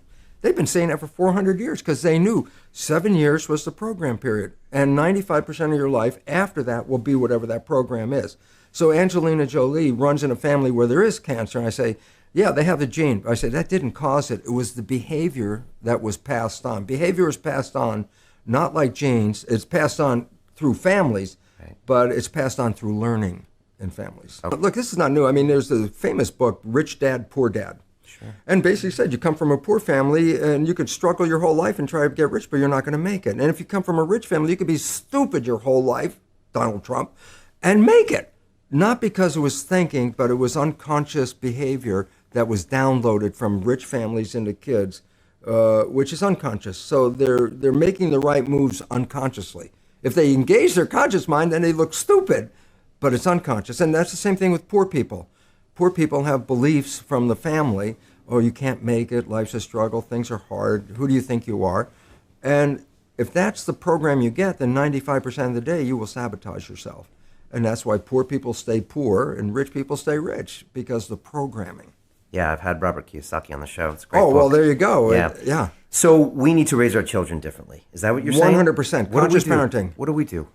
Well, we have to recognize, number one, that 95% of our behavior is coming from subconscious. So a child is going to record for 7 years, and they're going to record you. You have a new baby. That baby is going to look at you because you are the parent. The first thing a baby learns in the first week or two of life, who's the parent? Very important, because that's the reference point. If anything goes in their life, they're going to look at the parent first thing. A child on a playground is on a swing, falls off the swing on the ground. First thing it does is look at the parent. If the mother's like, ah, the kid starts crying. But if the mother goes, get up and get back on the swing, the kid gets back up on the swing. It's reflection. So you have to recognize a child is going to observe every move of you. Then you also have to recognize, well, hell, if 95% of it is coming from my invisible programming, I'm going to pass on the family pattern unconsciously. It's very hard to stay conscious. This is why we always go back into the subconscious, because when you're thinking, that's a conscious mind function. So, Brian, what are you doing on Tuesday? If I ask you that, the answer's not out here, it's inside.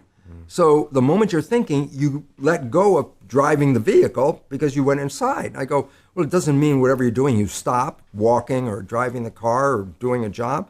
Those are programs in the subconscious because you've repeated them over and over again. So the subconscious is autopilot. When the conscious is busy, autopilot drives the vehicle.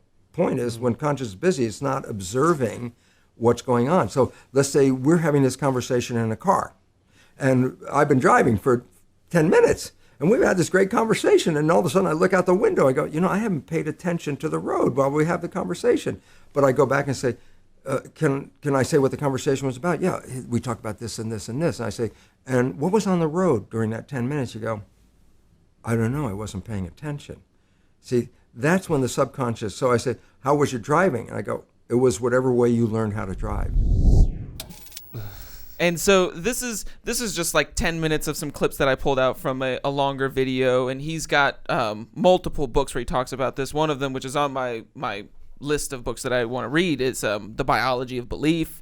And he talks about all this idea of like conscious healing and how you can change your biology through your beliefs, and how the things that you believe manifest themselves in the real world. Yeah, because I did see a lot of this when I think I presented it to us on the show when I was learning about how DNA worked, because I never realized that the DNA was actually this factory and how it's constantly replacing itself. I don't know how many times you replace your DNA, but you're constantly making new cells in your body all the time, and then old cells die, and then you create new cells, and you actually start dying. The process of dying is when your body stops producing new cells, right? And then your cells start to die and it doesn't replace them. So I was like profound, because I'm just like, dude, to come find out you shed your skin 800 times, Yep. And I literally feel like I healed my body through conscious belief, right? Where I started to say and tell my body to produce healthy skin cells, right? Like,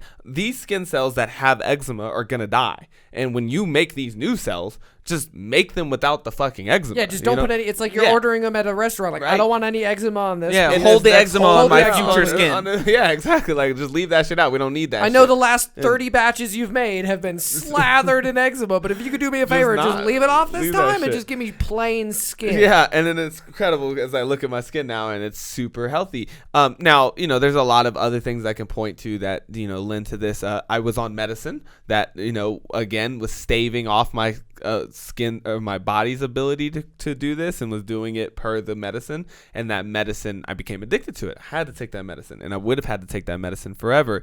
And it's funny, this doctor came across this idea that it was that steroid, like, you're supposed to grow out of eczema. Eczema is a childhood disease. Almost overwhelmingly, the amount of cases that he was seeing of the people who still had it as an adult was because they were taking this medicine, and this medicine was keeping them kind of from going through that healing process. Right. Yeah. Like, right. It just kind of keeps running you around in a circle. You put on the steroid cream, and it clears up the eczema for a little bit, and then as it wears away, the eczema comes back. Right. Because the new cells just keep producing skin cells with eczema. Right. And then you have to put more cream on. Yep. And then it wears off, and then you put more cream on, and then it wears off, and then on the next thing you know, you're 30 years old and you still got eczema, and you're like, what the fuck's going on, doc? And you're covered in fucking cream. Yeah, and it's like, I can't fucking stop. And it's like, well, like you failed to teach your body, or your body failed to learn how, like, this is a better way. Your body failed to learn how to produce skin without eczema, but it is possible for you to teach it that post that happening. Yeah, 100%. And so it's very, very interesting. And then this lends me to my idea. Like, I almost don't feel like a crazy person anymore, because I was sitting here developing this theory, and I'm like, I think you could think your way into being tall. I was like, because I watched the goddamn Michael Jordan documentary, and then so often where they were like, yeah, he was a decent basketball player, but then all of a sudden he came back and he was 7 inches taller than Anthony he was. Davis, Michael Jordan, Scottie Pippen, like all these guys, people who just shot up all of a sudden over a summer, and it's like they'll go from one junior year, senior year, they come back and they're 6'7", and I'm like, how all these basketball players Growth do that, spurts. right? You know what I mean? Yeah, there's a very strong correlation between extreme growth spurts and future NBA stars. And then so then I test this. I'm thinking this theory, and I'm like, this is a theory. I start telling my nephew, I was like, yo, he's kind of he's on the shorter side, but he's only like 13, 14, right? Now we're looking at his genes, and he's got tall genes, right? Nobody in his family is like 7 foot tall or nothing, but his dad's relatively tall. He's like 6 foot something, and his mom's pretty tall too. She's like 5'7" or something. So I'm like, you got the genes in there, whatever. And I'm telling him, I'm like, yo, just when you commit, trust me, the universe has got a way of coming around. To stretch your bones out, baby. Yeah. Sure enough. And that's just a little seed that you plant in his head. It's not like you're telling him specifically I didn't tell him he could grow. like think that you'll grow taller and you will. You're just saying like, hey, yeah. look, man, like you'll probably grow up a little bit taller. You got some good genes. Like, you and still stuff don't- like You that. sold him the magical You beans. got You said, time. hey, eat these magical beans. You never They'll know. grow you up. But sure enough, as we've been talking and he's committed himself to basketball, Jessica came back. She was like, dude, Jason's tall as fuck. Boom. Like, all of a sudden, he's like, he used to be the shorter of the two cousins, right? Isaac's always been higher than he. All of a sudden, now Jason's like high as he is. Yep. She was like, yo, Jason's getting tall as fuck. And I was like, I bet you he is. I bet you he is. I bet you he keep getting taller. I bet you I write a study about this shit. Motherfucker end up 6'6", and I'll be like, see? Epigenetics. Humans grow. Case closed. Fucking told you. Told you. I told you humans grow. It's crazy. But, like it's showing that there is more to it than just these are your genes and this is the way they be. And this is how it'll be. It's a very much more fluid process than that, like. And I love like this is, I loved how you were talking about your, I had this theory and you feel kind of like validated in a sense, like now that you're hearing about this new science that's out, that's kind of sort of proving what you're saying. And Sadhguru says this all the time. Sadhguru will be talking about something like your gut microbiome or whatever, and he'll be like, modern science has had to spend $1 billion to figure out things that in the yogic sciences. And I love that he calls it the yogic sciences. He's like, we've known this for forever. 100%. And they're just now getting to it after spending $1 billion of research. But they're starting to realize like, hey, these breathing techniques really fucking, like, it's not just breathing. Yep. Oh shit, it's not just breathing? Who would have thought? They just now got to the unified matrix or the field that everything comes connected, from this unified energy field thing. Yeah. And he's like, and they even admit, they're like, well, we're now starting to know what yogis have known for centuries, not even decades, centuries. That we are one. And it's just like. That there's no such thing as nothing and that everything is something, so that when I'm like, oh, there's nothing between us. Oh, really? Yeah. What about all that space dust? Yeah, exactly. So it is fascinating, and it's cool to see that science is catching up or whatever, just because science is just a very Western philosophy too. But I've been saying that for a long time. I'm like, look, science is just the world's religion, right? Like, y'all are still just trying to prove your belief of things that go on, but in the end of it, y'all don't really know what the fuck is up, like, and that, but it's cool though. It's cool that we're coming up with these definitions and these ideas of like, hey, this is how it works. That was what I always said. That's what it is. Science is not telling you why things are the way they are, but they do explain how it works and then how you can manipulate it or undo it or whatever. Well, and it speaks the language of math, which is the natural language. Yeah, and it's still, it's not at that same level. Like you inherently understand the concept of wind and waves and stuff like that, but it's just recently that scientists are like, well, wind on the surface of the ocean causes the waves. And it's like, I still have a personal gripe with that, because I'm like, well, but the waves are coming in all directions all the time. And it's like, you don't ever see waves coming off the beach like into the ocean, even though you feel wind going in that direction sometimes. Yeah. And I had this funny joke, and I was like, that just leads me to believe that in the middle of every ocean, there's some giant pillar of wind coming out of the sky, pushing against the surface of the water in all directions. But you can just see how like there's still some things that science can't explain. They're theories. They're called for a reason. phenomena, and gravitational phenomena, things like that are measurable that we don't exactly know how or why. They're measurable in a certain sense. I'll never forget when I found out that that Newton's universal law of gravitation is not actually so universal, because it's dependent on the level of measurements that we can take. And I think I might have mentioned it before, but in the sense that like things that are so small that you can't measure the gravitational pull, we have no idea whether or not the theory works. But things that are so large that have much greater gravitational pulls, like a black hole, that actually contradicts the entire theory. Like once you get like there's like a threshold where it's like planetary and interplanetary gravitational levels. Kind of works. We can see that this equation works across all of those levels. But as soon as you get to something as big as a gravitational pull as a black hole, all of a sudden the equation doesn't work. Now the math does not working out. Yeah, it starts quarking. Oh, what? You're stretching the light even though the light isn't actually changing in its size? Oh, it's we don't speak that dialect. Yeah, that's a dialect of math that we have not yet discovered. That's the Appalachian dialect of mathematics. Yeah, dude, like the fact that the fucking pyramids, not only do they not understand how they were able to move these giant, almost perfectly cut sandstones around, but they also managed to line them up perfectly with the 3 stars in the Orion's belt astronomically. It's like, you have to stare at the sky for a long goddamn time before you can build a mega structure in line with them longitudinally. Yep. Same thing with Stonehenge and the summer solstice or the winter solstice where they line up the moon and everything. It's just like... you have to literally pass down the information that every single year the sun ends up at this point in the sky on this day for generations before somebody builds a fucking stone clock out of it. Yeah, and the first thing you have to do there is figure out the start and then the end, so that you can go in a cycle over and over again. So like, just think about how long you'd have to stare at the sky to figure out the lunar cycle, the rotation around the sun, 365 and a quarter days, like all of these things that they had to figure out that the Aztecs knew and the fucking Incans and people in Turkey back 10,000 years ago who we don't even know built the fucking thing. They got all the same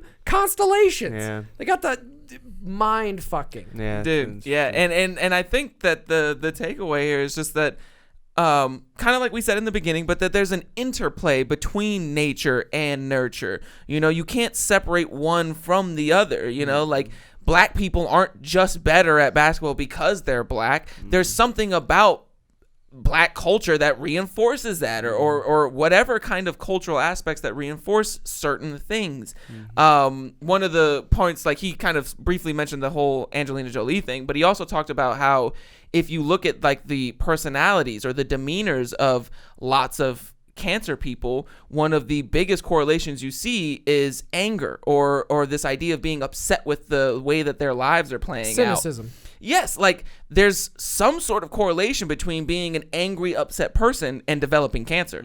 And that's to say, like, maybe the energy, the vibrational energy of the emotion of anger triggers, promotes the growth of cancer cells in your body biologically. The chemical markers are then ignited to create cancer. Right, because like I mean, if your brain is just a bag of chemicals and anger is one of these chemical, you know, cocktails that you can cook up yourself or somebody else can cook up for you, then how can you say that anger can't cause a disease? Yeah.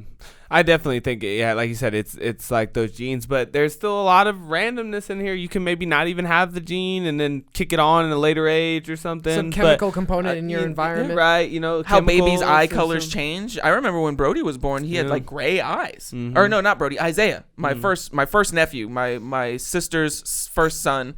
I remember he had gray eyes, these very interesting kind of like just colorless eyes. Yeah. And now they're just blue as fuck, like super blue. And at some point when he was like, I don't know, 4 or 5 weeks old, his eyes just changed from gray to blue. Michael Jackson definitely changed himself about 20 shades lighter. I still never know how that happened, but that motherfucker used to be black. And then he ended up not so black. You know, I don't know. So it does seem to all be a little bit more manipulative. And I mean, even when we started this conversation in transgender and stuff, you know, this conversation actually led me to think maybe she was influenced in some way to be that, you know, or maybe there was just her own predisposition to want to be that, you know, and chose genetic markers that existed that were then enhanced by the you know what I mean? Yeah, like he said, is a thing too. The programming, if it's like, you know, what he's talking about, the 7 years of programming, well, for those 7 years, you were not there that much, so she didn't get as much masculine influences. So it's not crazy to think that maybe that had a part to play. Maybe it's not the sole cause. And I think that the problem that a lot of people find themselves in is that they always want to try to like pick out the sole cause. Like it's like this one thing. Like your breast cancer is because you had this one gene, and it's like this. And even if we could just understand this one gene, the idea of like having a gay or like a homosexual gene, there's like it's not just one gene. Like it seems to be like a combination of genes. And I would also say that if you took Brody and even let's say reverse the roles, Jessica was gone for the same amount of time. Like, would that have affected Brody differently? Like, I'm sure I think we can all I don't know agree. if it made her less transgender or anything, Exactly. but it would have definitely changed That's her. the point I'm getting to, is that the environmental factors will change a person based on what they are. But we can't go back and know for sure one way or the other. True. So this is one of those sciences where you just have to find out as much information as you can and make an educated guess. Yeah. Yep. That's what I loved how Walter Williams has this great explanation, and that he asked, like, if you were to ask me what caused, I can't remember if it's like the London fire, some sort of giant fire that burnt down this building, killed lots of people, dozens of people. And he says, well, the fire was caused by oxygen. And he was like, now that would seem like a strange thing. He's like, I'm a professor. You would expect a much more intelligent answer than that. And I would reply to you that had there been no oxygen, there would not have been a fire, which is a factual statement. But because oxygen is so prevalent, it alone cannot explain anything, And he was using that he was using this analogy for discrimination, and his definition, discrimination was just the idea of choosing one thing over the other. But it's at play at this kind of concept too, in the sense that single things by themselves cannot explain that much, given the fact that they are spread out across so many different people in so many different scenarios with so many different outcomes. Yeah, 100%. It's so weird to me how every single human has different fingerprints. How is that even fucking possible? How's that happen? How is that even fucking possible? How is that even Doesn't matter what your parents are. Doesn't matter who you like. Nope. None of that. Somehow you just have your own fingerprints. Different fingerprints. We're just giant, unique mushrooms. Yeah, but that's one thing I'll take away from this conversation is not only that, like you said, it's both, and it's obviously these things that interplay. But I would, the thing that I think that hurts us the most is that Hamitic principle type shit, that thinking that people are hardwired in certain ways and that makes them different than you or less than you or even more than you or anything like that.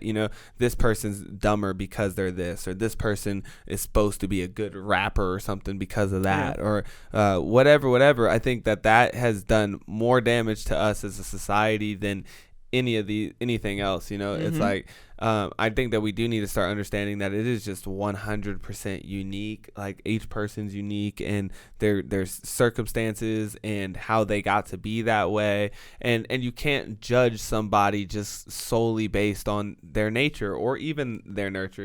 It's like, even if you want to judge them as like how they are now, but that could change, and that they could be different, and that you could take over conscious control of those things. And so I just think that, like, it's so much more fluid and so less rigid, or binary is a word that you love to say. It's not always just like it's like this or it's like that. It's much more of a slider. It's a spectrum. It's a very spectrumated and everything. It is a spectrumated. So that's definitely what I take from this is, like, I don't want to put people in boxes, and nuance, baby. And let them. I like to say this when I always thought about this whenever, like, the George Floyd protests and things were going on and people were lumping all these different scenarios together. I was always of the firm belief that you had to look at every individual case on an individual basis, and that anytime you lump things together that are inherently different, like people, you're going you're going to get things wrong. Skewed results, baby. Yeah, exactly. Like so it's incomparable. It's unique cases. So if you were to say, like, well, but this guy grew up this way and became like, because he's a unique case, and everybody's a unique case. And epigenetics really kind of points to that too, in the sense of, like, not only is your genetic makeup and your fingerprints unique, but also your entire lived fucking experience is unique. And the lived experience of your parents. Right? That and the unique that unique outside aspect of your perception, or like your personality filter or something like that, like that thing that we couldn't really tie down into nature or nurture. Like, it seems to be, from everything that we understand about it, kind of outside of both of those realms. And so you could say, like they talk about the twin example, and how you grow up in the same family, in the same households, and you have the same experiences, but you filter them differently through this personality filter that you have. Somehow that's just as unique as your fingerprints are. And so even people, if you could run an experiment where it wasn't like a twin thing, but literally people living the exact same experiences but having different perceptions of those experiences, will have different outcomes.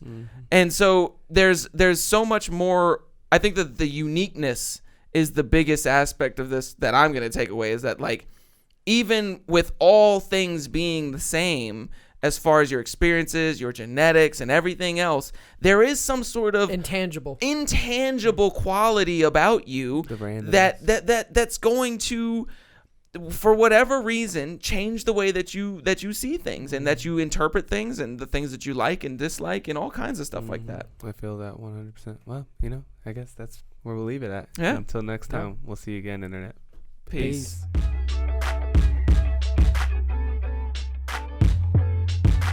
Just when I think you couldn't possibly be any dumber,